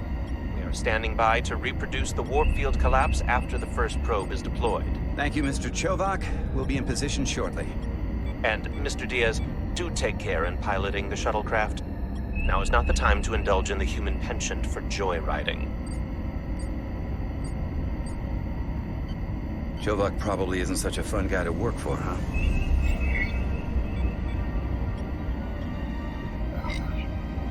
Nah, Lieutenant Commander Chovak's not so bad. You know, once you get used to him. And, I've learned a lot working under him. I have a feeling I'm going to have to work harder to be a political animal like you, with this new first officer coming aboard.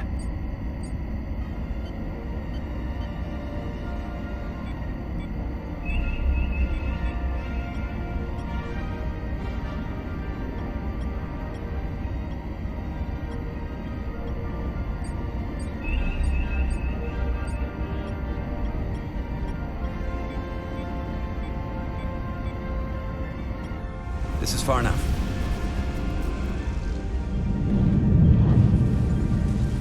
Transporting the first probe into position.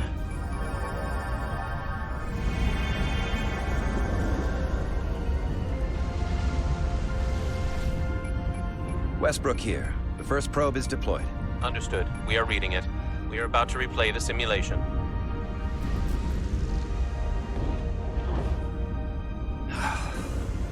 Problem? I just can't get a handle on her. Commander Rydek. She rejected my plan to use a deflector pulse against the storm surge. But on the other, she did listen to my advice and use the whole polarity trick to get you through that excursion alive. I'm not saying there's anything wrong with the new XO. I'm sure she's a fine officer, even if we don't see eye to eye. But She didn't go through what the rest of us did. You know that. And it's hard to figure out why she'd be the one Solano chose instead of, well, one of us. I've heard some good things. You should at least give her a chance. I'll take that under advisement. Test is running. Warp field collapse in 3, 2, 1, mark.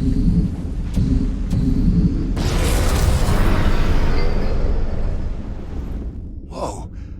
All right, that is definitely a problem with the fabric of space. We need to get another probe out there.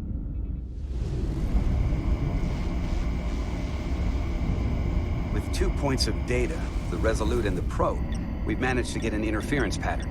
I'm setting a waypoint to a particularly strong area of interference. We'll deploy the second probe there.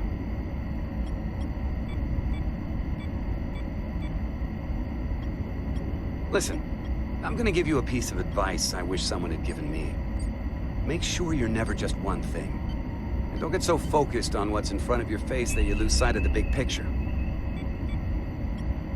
Before Rydek showed up, the captain pulled me into his ready room and told me he didn't think I had the people skills to be first officer. What a load of crap. I mean, if he'd said that about Chovak, sure. Well, if you're asking, I think you're a people person. After all, here we are. Me, an enlisted officer. You, one of the senior staff. Talking like old buddies. I should send Solano to talk to you. Bring him on. I'm sure you can handle him. You've got potential. You're a capable engineer. You're good in the field. Keep up the good work. And who knows? A solid jack of all departments like you could be Commander-in-Chief of Starfleet one day. Hell, Admiral Jellicoe started as a shuttle pilot. And there are places to go in the enlisted ranks, too. I don't know. I'm pretty happy where I am. You must be a glutton for punishment. Lieutenant Commander Chovak has been known to take decades to warm up to people.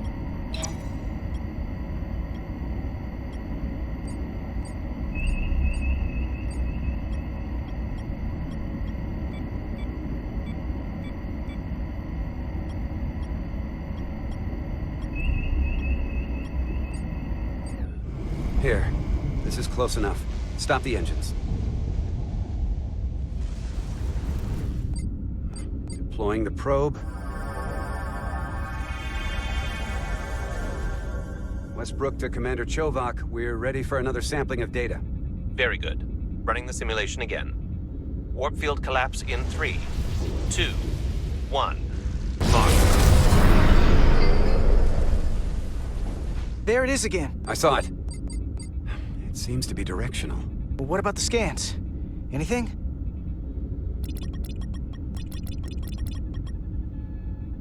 Here's the readings in relation to our local space. We've got the Resolute, Otari Prime, and the probes. All this interference is overloading the sensor buffers. We're gonna have to triangulate the sensors manually.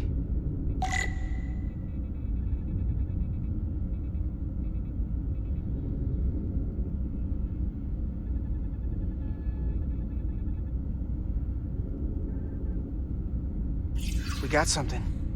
These markers indicate peaks in the gravimetric interference patterns. Let's see if I can find some more.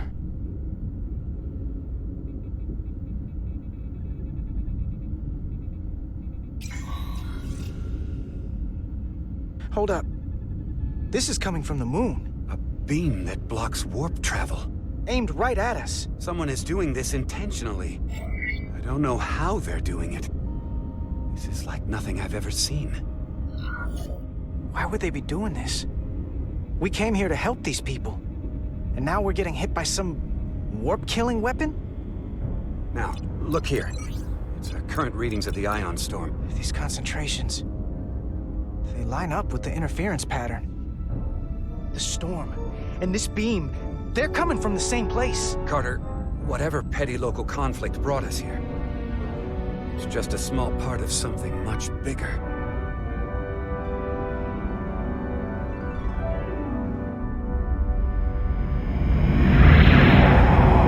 Presently, we don't have an explanation for how they're doing this.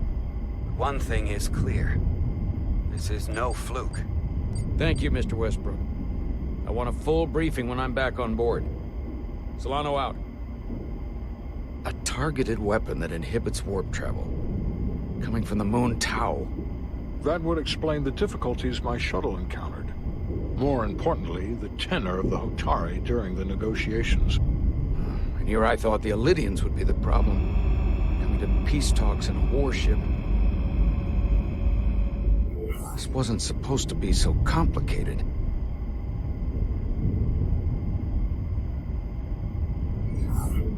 We're right to be worried. If they're targeting the Resolute and we can't go to warp, that effectively leaves us at their mercy. Which puts us in a rather difficult position. Especially if they have more tricks up their sleeve. Tylus, the Hotari representative, said she thought they found something in the mines. Galvin and Sidron brought it back to the palace, but they're keeping it under tight security. She's going to investigate it.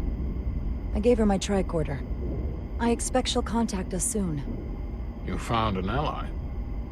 Why would Tylus help us? Go behind her people's back?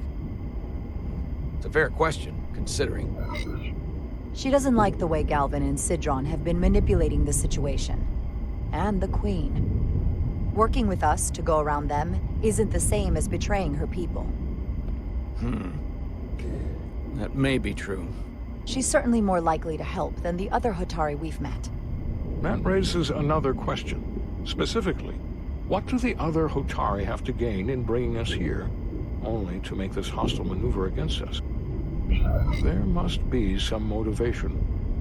Unless they changed their minds between when they asked and when we got here. Sidron was very curious when we spoke outside the Queen's chamber. He wanted to know all about us, our ship, the Federation. He wasn't giving any answers. He was looking for them. Well, I'm sure you didn't tell him too much. I don't think the Elydians know what's really down on that moon either. Major Armintas said the revolt defied explanation.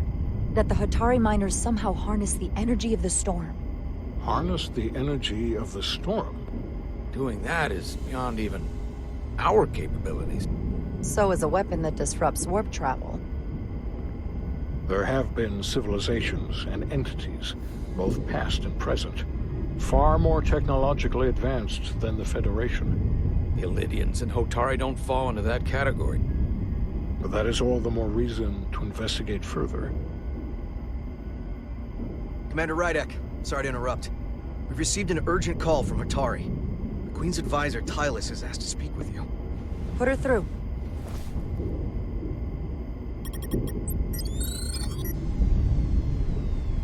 Galvin and Sidron are still with the Queen. I've enlisted help to gain access to the room they have under guard. I don't have much time. I'm not supposed to leave my post. It's only for a moment. I so appreciate your help.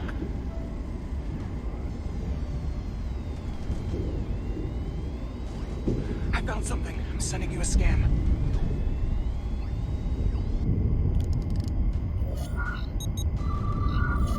Got it. Tylus, if we needed to gain access to the mines on Tau, is that something you could help us with? I suppose it wouldn't be easy, but I have to go. Tylus. Can we reconnect? Sorry, Captain. We've lost all contact. We can only hope she escaped without harm. It was hard to tell.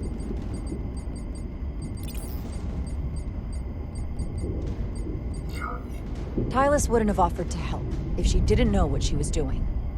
That's a lot of faith in someone we barely know. Let's see the scan of whatever the hell that was.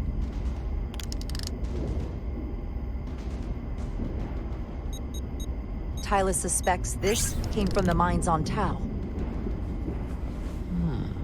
It appears to be of ancient origin, but the markings are unfamiliar. We can run a full analysis when we get back to the Resolute. But if this came from the mines, then it might be the key to how they got the upper hand against the Elydians. Then we have to go into the mines. The Federation would not allow that. We were, after all, sent here to be a neutral party in a peace negotiation. However, we could demonstrate that the Hotari have acted in bad faith. which would enable us to investigate the mines on Tau with full justification. But of course, we would need conclusive proof before taking action. Otherwise, it could put us in a difficult position. Whatever this artifact is may be proof enough. At least to satisfy the Federation. Especially if we can show the Hotari are controlling the warp disruption. And targeting the Resolute. We may have a better understanding once we analyze the device. But a mission to the mines, covert or otherwise, is not out of the question. And I will handle the Federation.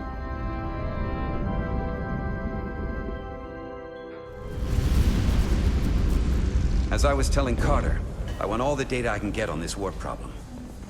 And the negotiating team's shuttle has been recording data all the way back from Hotari. Even better than our probes. So pull the sensor and engine ISOs from the Melville when it sets down. Will do. I'll join you and Chovak down in engineering to run another analysis after the briefing.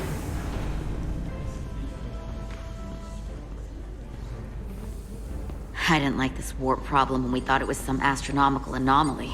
And I like it a hell of a lot less now that we know someone is doing it to us. How does it work? What do we even do about it?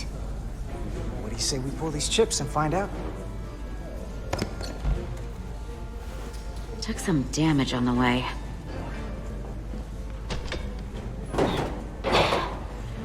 That ionic interference scored the hull plating. Might be some micro welds. Let's try pulling together. All right. 3, 2, 1. It won't budge. Gotta be the storm damage. We need to... Welcome back. Any excitement down on the surface? Excitement? No. Nothing like that. Hey, can you hand me the EJ7 interlock? From the toolbox. I don't know what that is. Not much use for one on a security detail, huh? Carter? Yeah, I'll get it.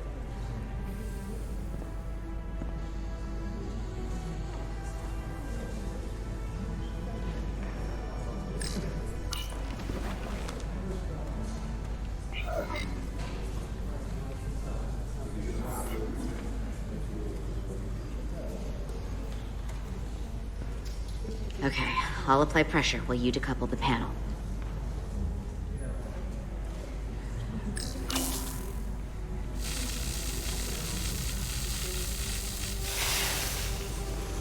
Here, I'll help.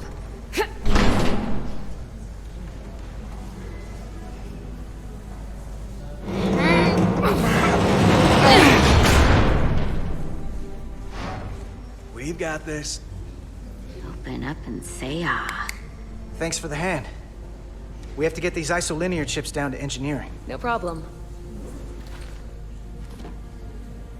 You really know everything about these ships, don't you? The tools, the systems. Like a walking Starfleet technical manual. Well, I wouldn't say everything, but I know my stuff. I can see that. Come on, start pulling chips.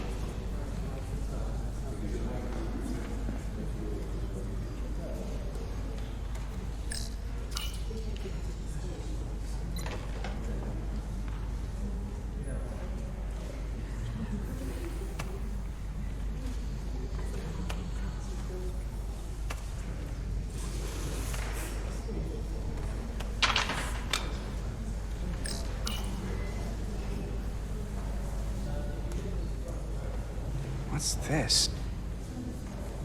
Some kind of crystal formation?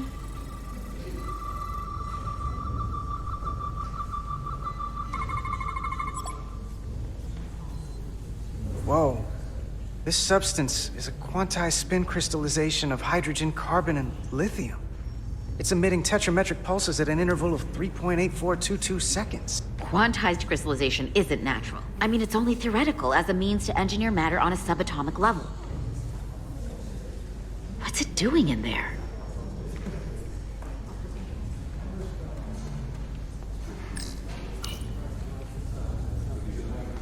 Wait. Regulation 364, subsection 9. What? Regulation 364, subsection 9 orders that in the case of an unknown foreign substance infiltrating a sealed system, it will be placed in secure confinement before further examination. Retrieve a containment module. Don't you think we're more equipped to deal with whatever this is? No. Before anything else, this is a security issue. You don't even know what this is. Which is why we need to study it. Once it's contained.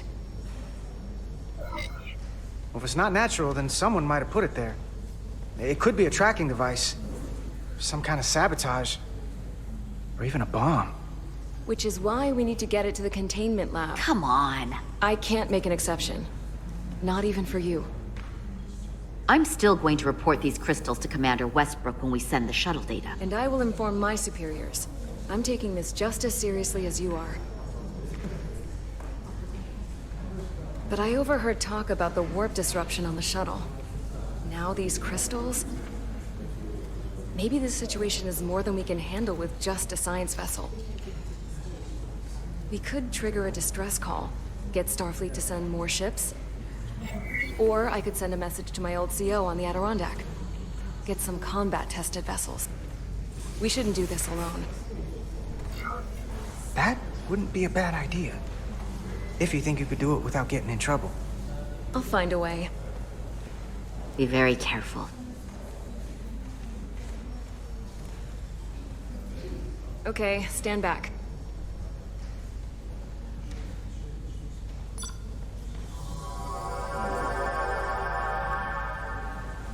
Get this to the containment lab. We'll get it set up for you. I'll let you know when it's safely confined. Oh, we'll be there. Last thing you want is to study this down in main engineering and have it explode next to the warp core.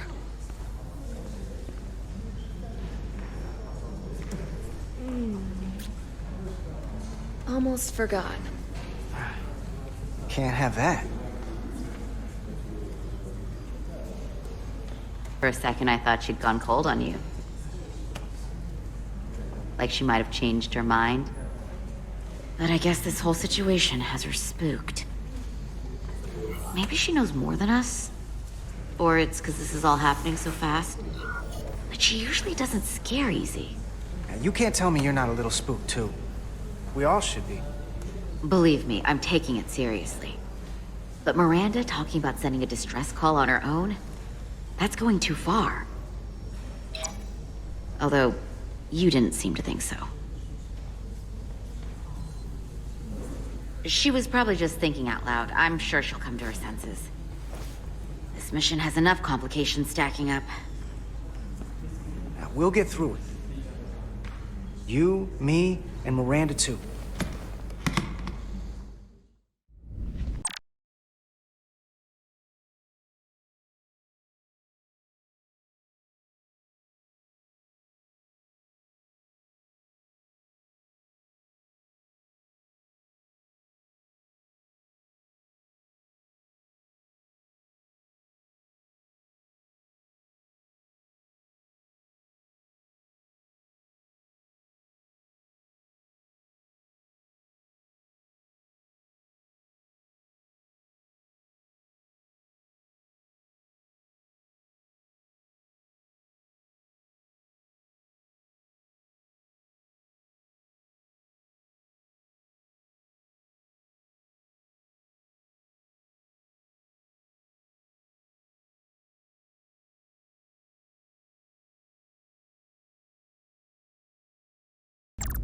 Commander Rydek was able to work behind the scenes during the negotiations and made contact with a representative from the Hotari delegation named Tylus. She mentioned an unusual artifact of unknown origin being held under tight security within the Hotari Palace, which she believes came from the mines on Tau. Now, this artifact might have a connection to the revolt, to the storm, and to the warp disruption we now know has been targeted at the Resolute. Commander Rydek, if you want to take it from here. Of course.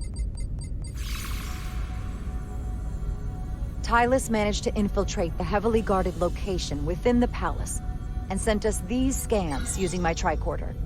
It appears to be some sort of control panel. possibly connected to the warp disruption weapon, originating on Tau. Of particular interest is this symbol, which we couldn't identify the origin of. The Federation database has records from a vast number of civilizations. If anyone from Starfleet has come across this before, the system should recognize it. Cross-referencing with Federation records. Displaying symbols from Federation database with a 90% probability of match or higher. Select a symbol to further analyze.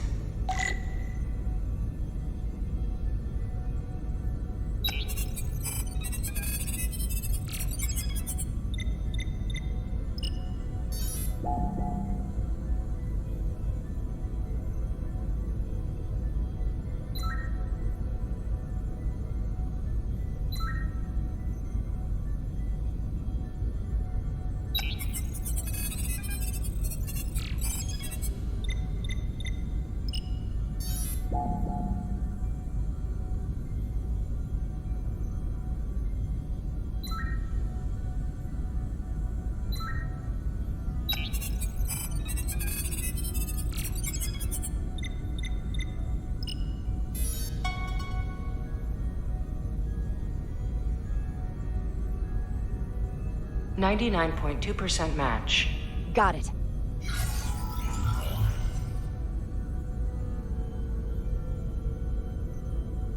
So, what are we looking at? The design and composition indicate this is a glyph associated with the ancient Khan Empire. Their civilization collapsed over 600,000 years ago, but once spanned millions of systems with a population numbering in the trillions. Fascinating. The Takan were once the most advanced, most powerful civilization in the galaxy.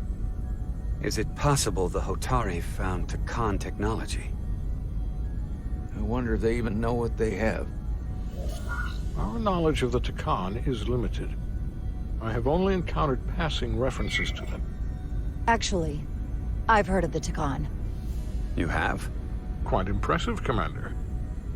Computer, summarize the Enterprise D's discovery of a Takan outpost. On stardate 41386.4, the USS Enterprise D, under the command of Captain Jean-Luc Picard, discovered a Takan outpost in the Delphi-Ardu system. According to the mission summary, an unbreakable energy-draining field was deployed against the Enterprise and a Ferengi ship. The Enterprise was only able to escape after negotiating their release with an entity known as Portal 6-3, Guardian of the Takan Empire. Unbreakable energy draining field. It starts to make sense. What else is there? There's a lot here. Let's take it piece by piece. Select the aspect you wish to learn more about.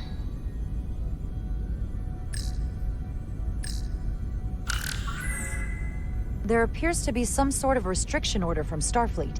Computer, explain this restriction. A Starfleet directive similar to General Order 7 forbids entering the Delphi-Ardu system or attempting to make contact with Portal 6-3. Starfleet doesn't throw up a no trespassing sign for just anybody. I suppose it makes sense, considering what happened to the Enterprise D. What sort of planet is Delphi-Ardu 4? Delphi-Ardu 4 is an M-class planet, a barren rocky world with little to no vegetation and frequent ion storms.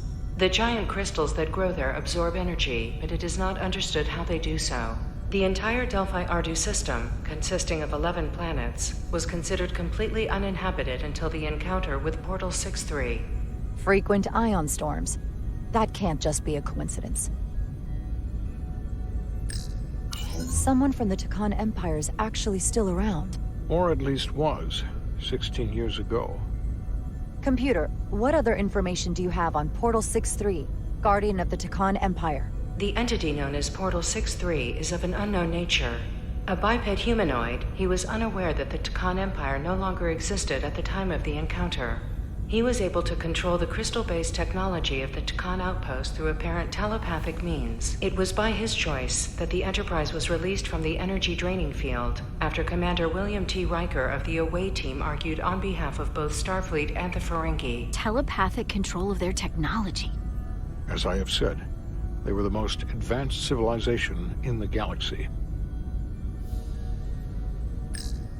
The technology to capture and hold the Federation flagship would have to be unbelievably powerful.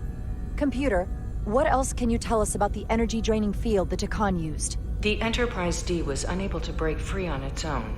The precise nature of the technology was never fully understood.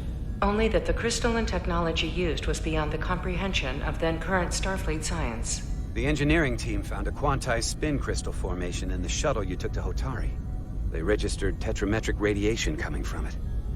We have Takan technology on board right now? We might. I'll run a full analysis in the containment lab.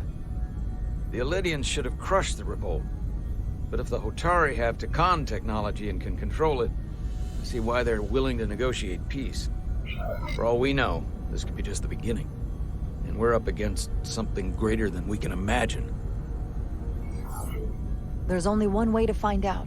We need to see what's down there for ourselves. I might be able to help with that. We've been able to triangulate the source of the ionic interference and warp disruption to a specific mine on Tau. Engineering used the latest data from your shuttle to pinpoint its origin. There. So we know where to look. Commander Rydek's right. We need to know what's down there, what the Hotari are hiding, to better understand what we're up against, and to neutralize it if we can.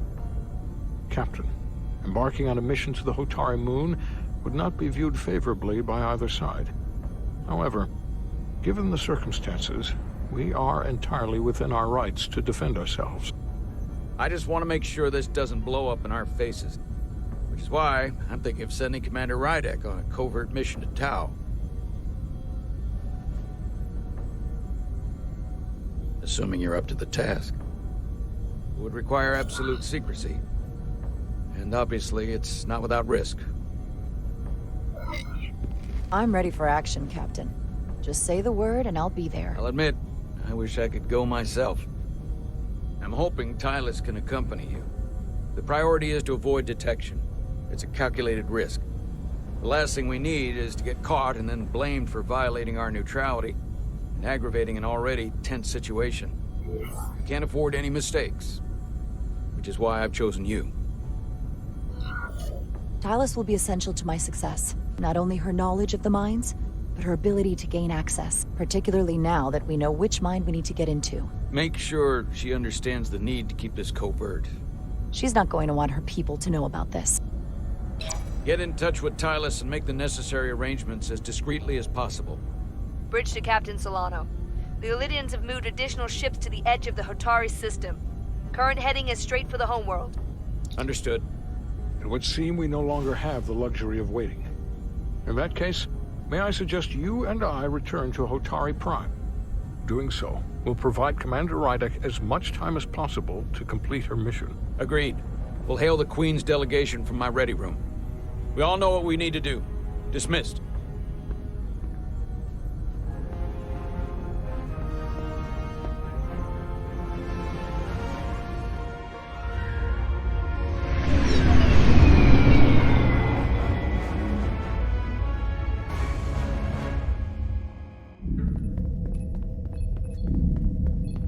Petty Officers Diaz and Edsolar, where is the crystal formation that you found in the shuttle? I have tasked Ensign Calloway with performing a full analysis of the tetrametric pulses. Security brought it to the containment lab. I was just there. They don't know anything about it. Security never checked it in. Miranda never got there? She's the one that had the crystal formation? Yeah, her and the rest of the security detail from the negotiations. Diaz, Tamaris. Try her again.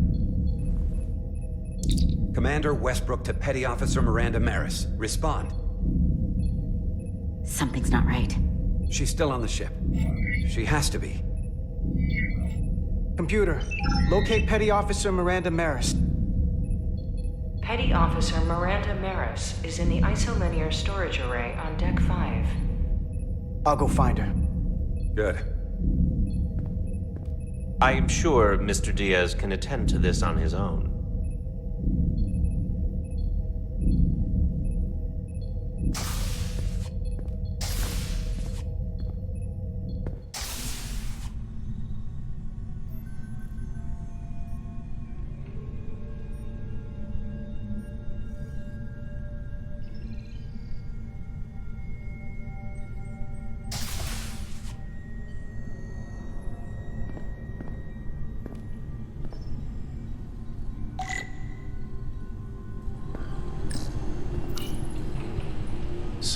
properly pulled these isolinear chips?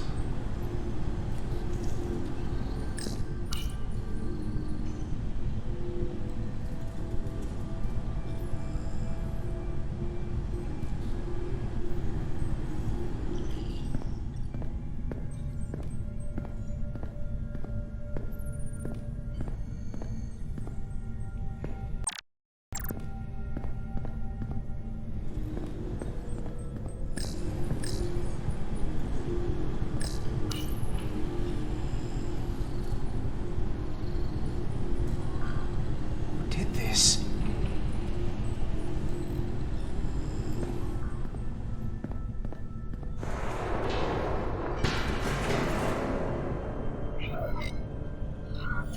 Miranda? You in here?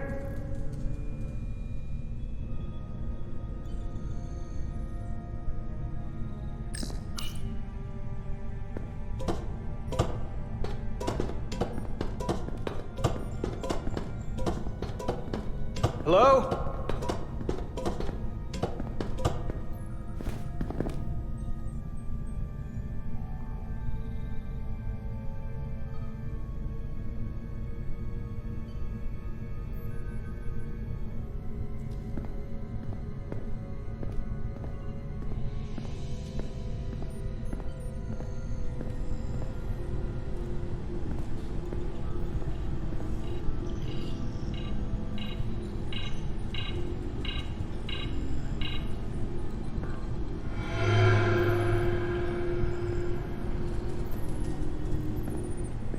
Hello? Hey!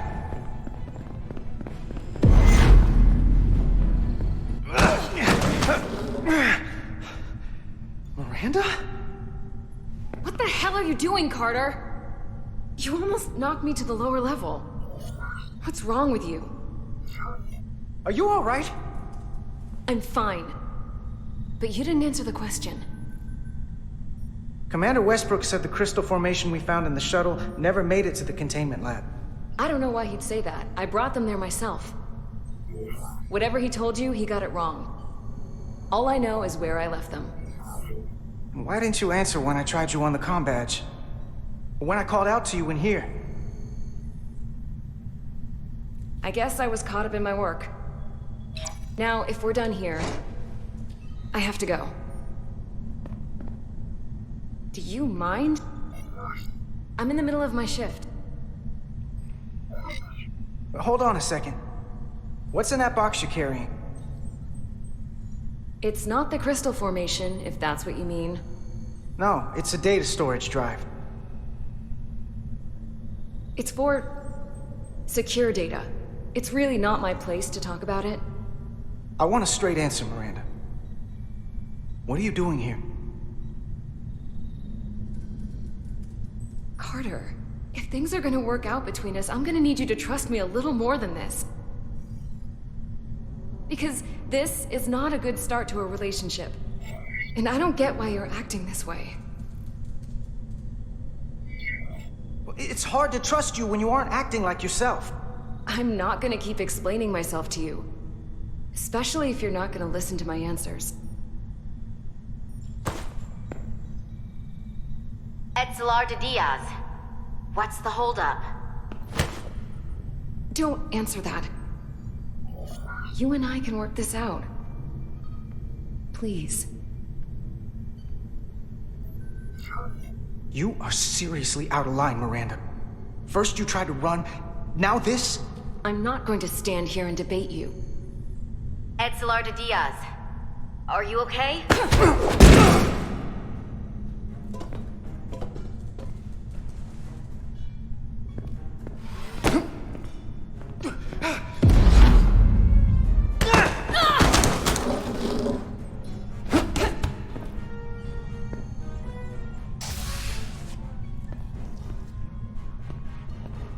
So I see you found each other.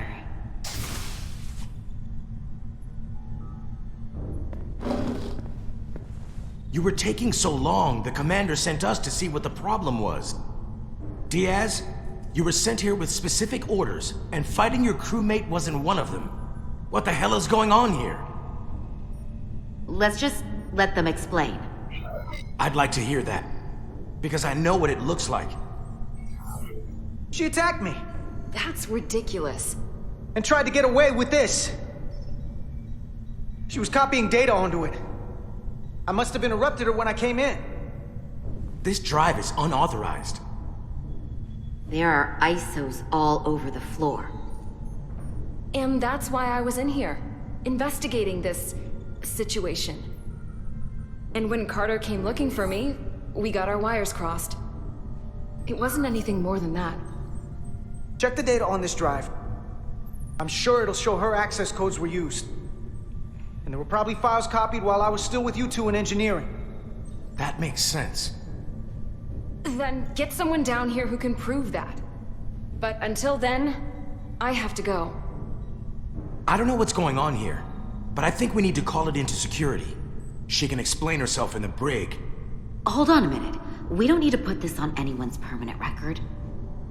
Miranda, maybe you're feeling out of sorts and we should head to sickbay so the doc can check you out? Yeah, I haven't felt right since I came back from Hotari. I think I should see the doctor. You two know her? If you really think she's not well, we can take her to sickbay first. But what I know is this is a security breach, and we should treat it as such. Please, just let me go see the doctor. She did have a bumpy ride back on the shuttle. Let's take her to sickbay. It's better than the brig, isn't it? Yeah. Yeah, it is. Fine. Get checked out by medical. You two go with her. I'll put this back together.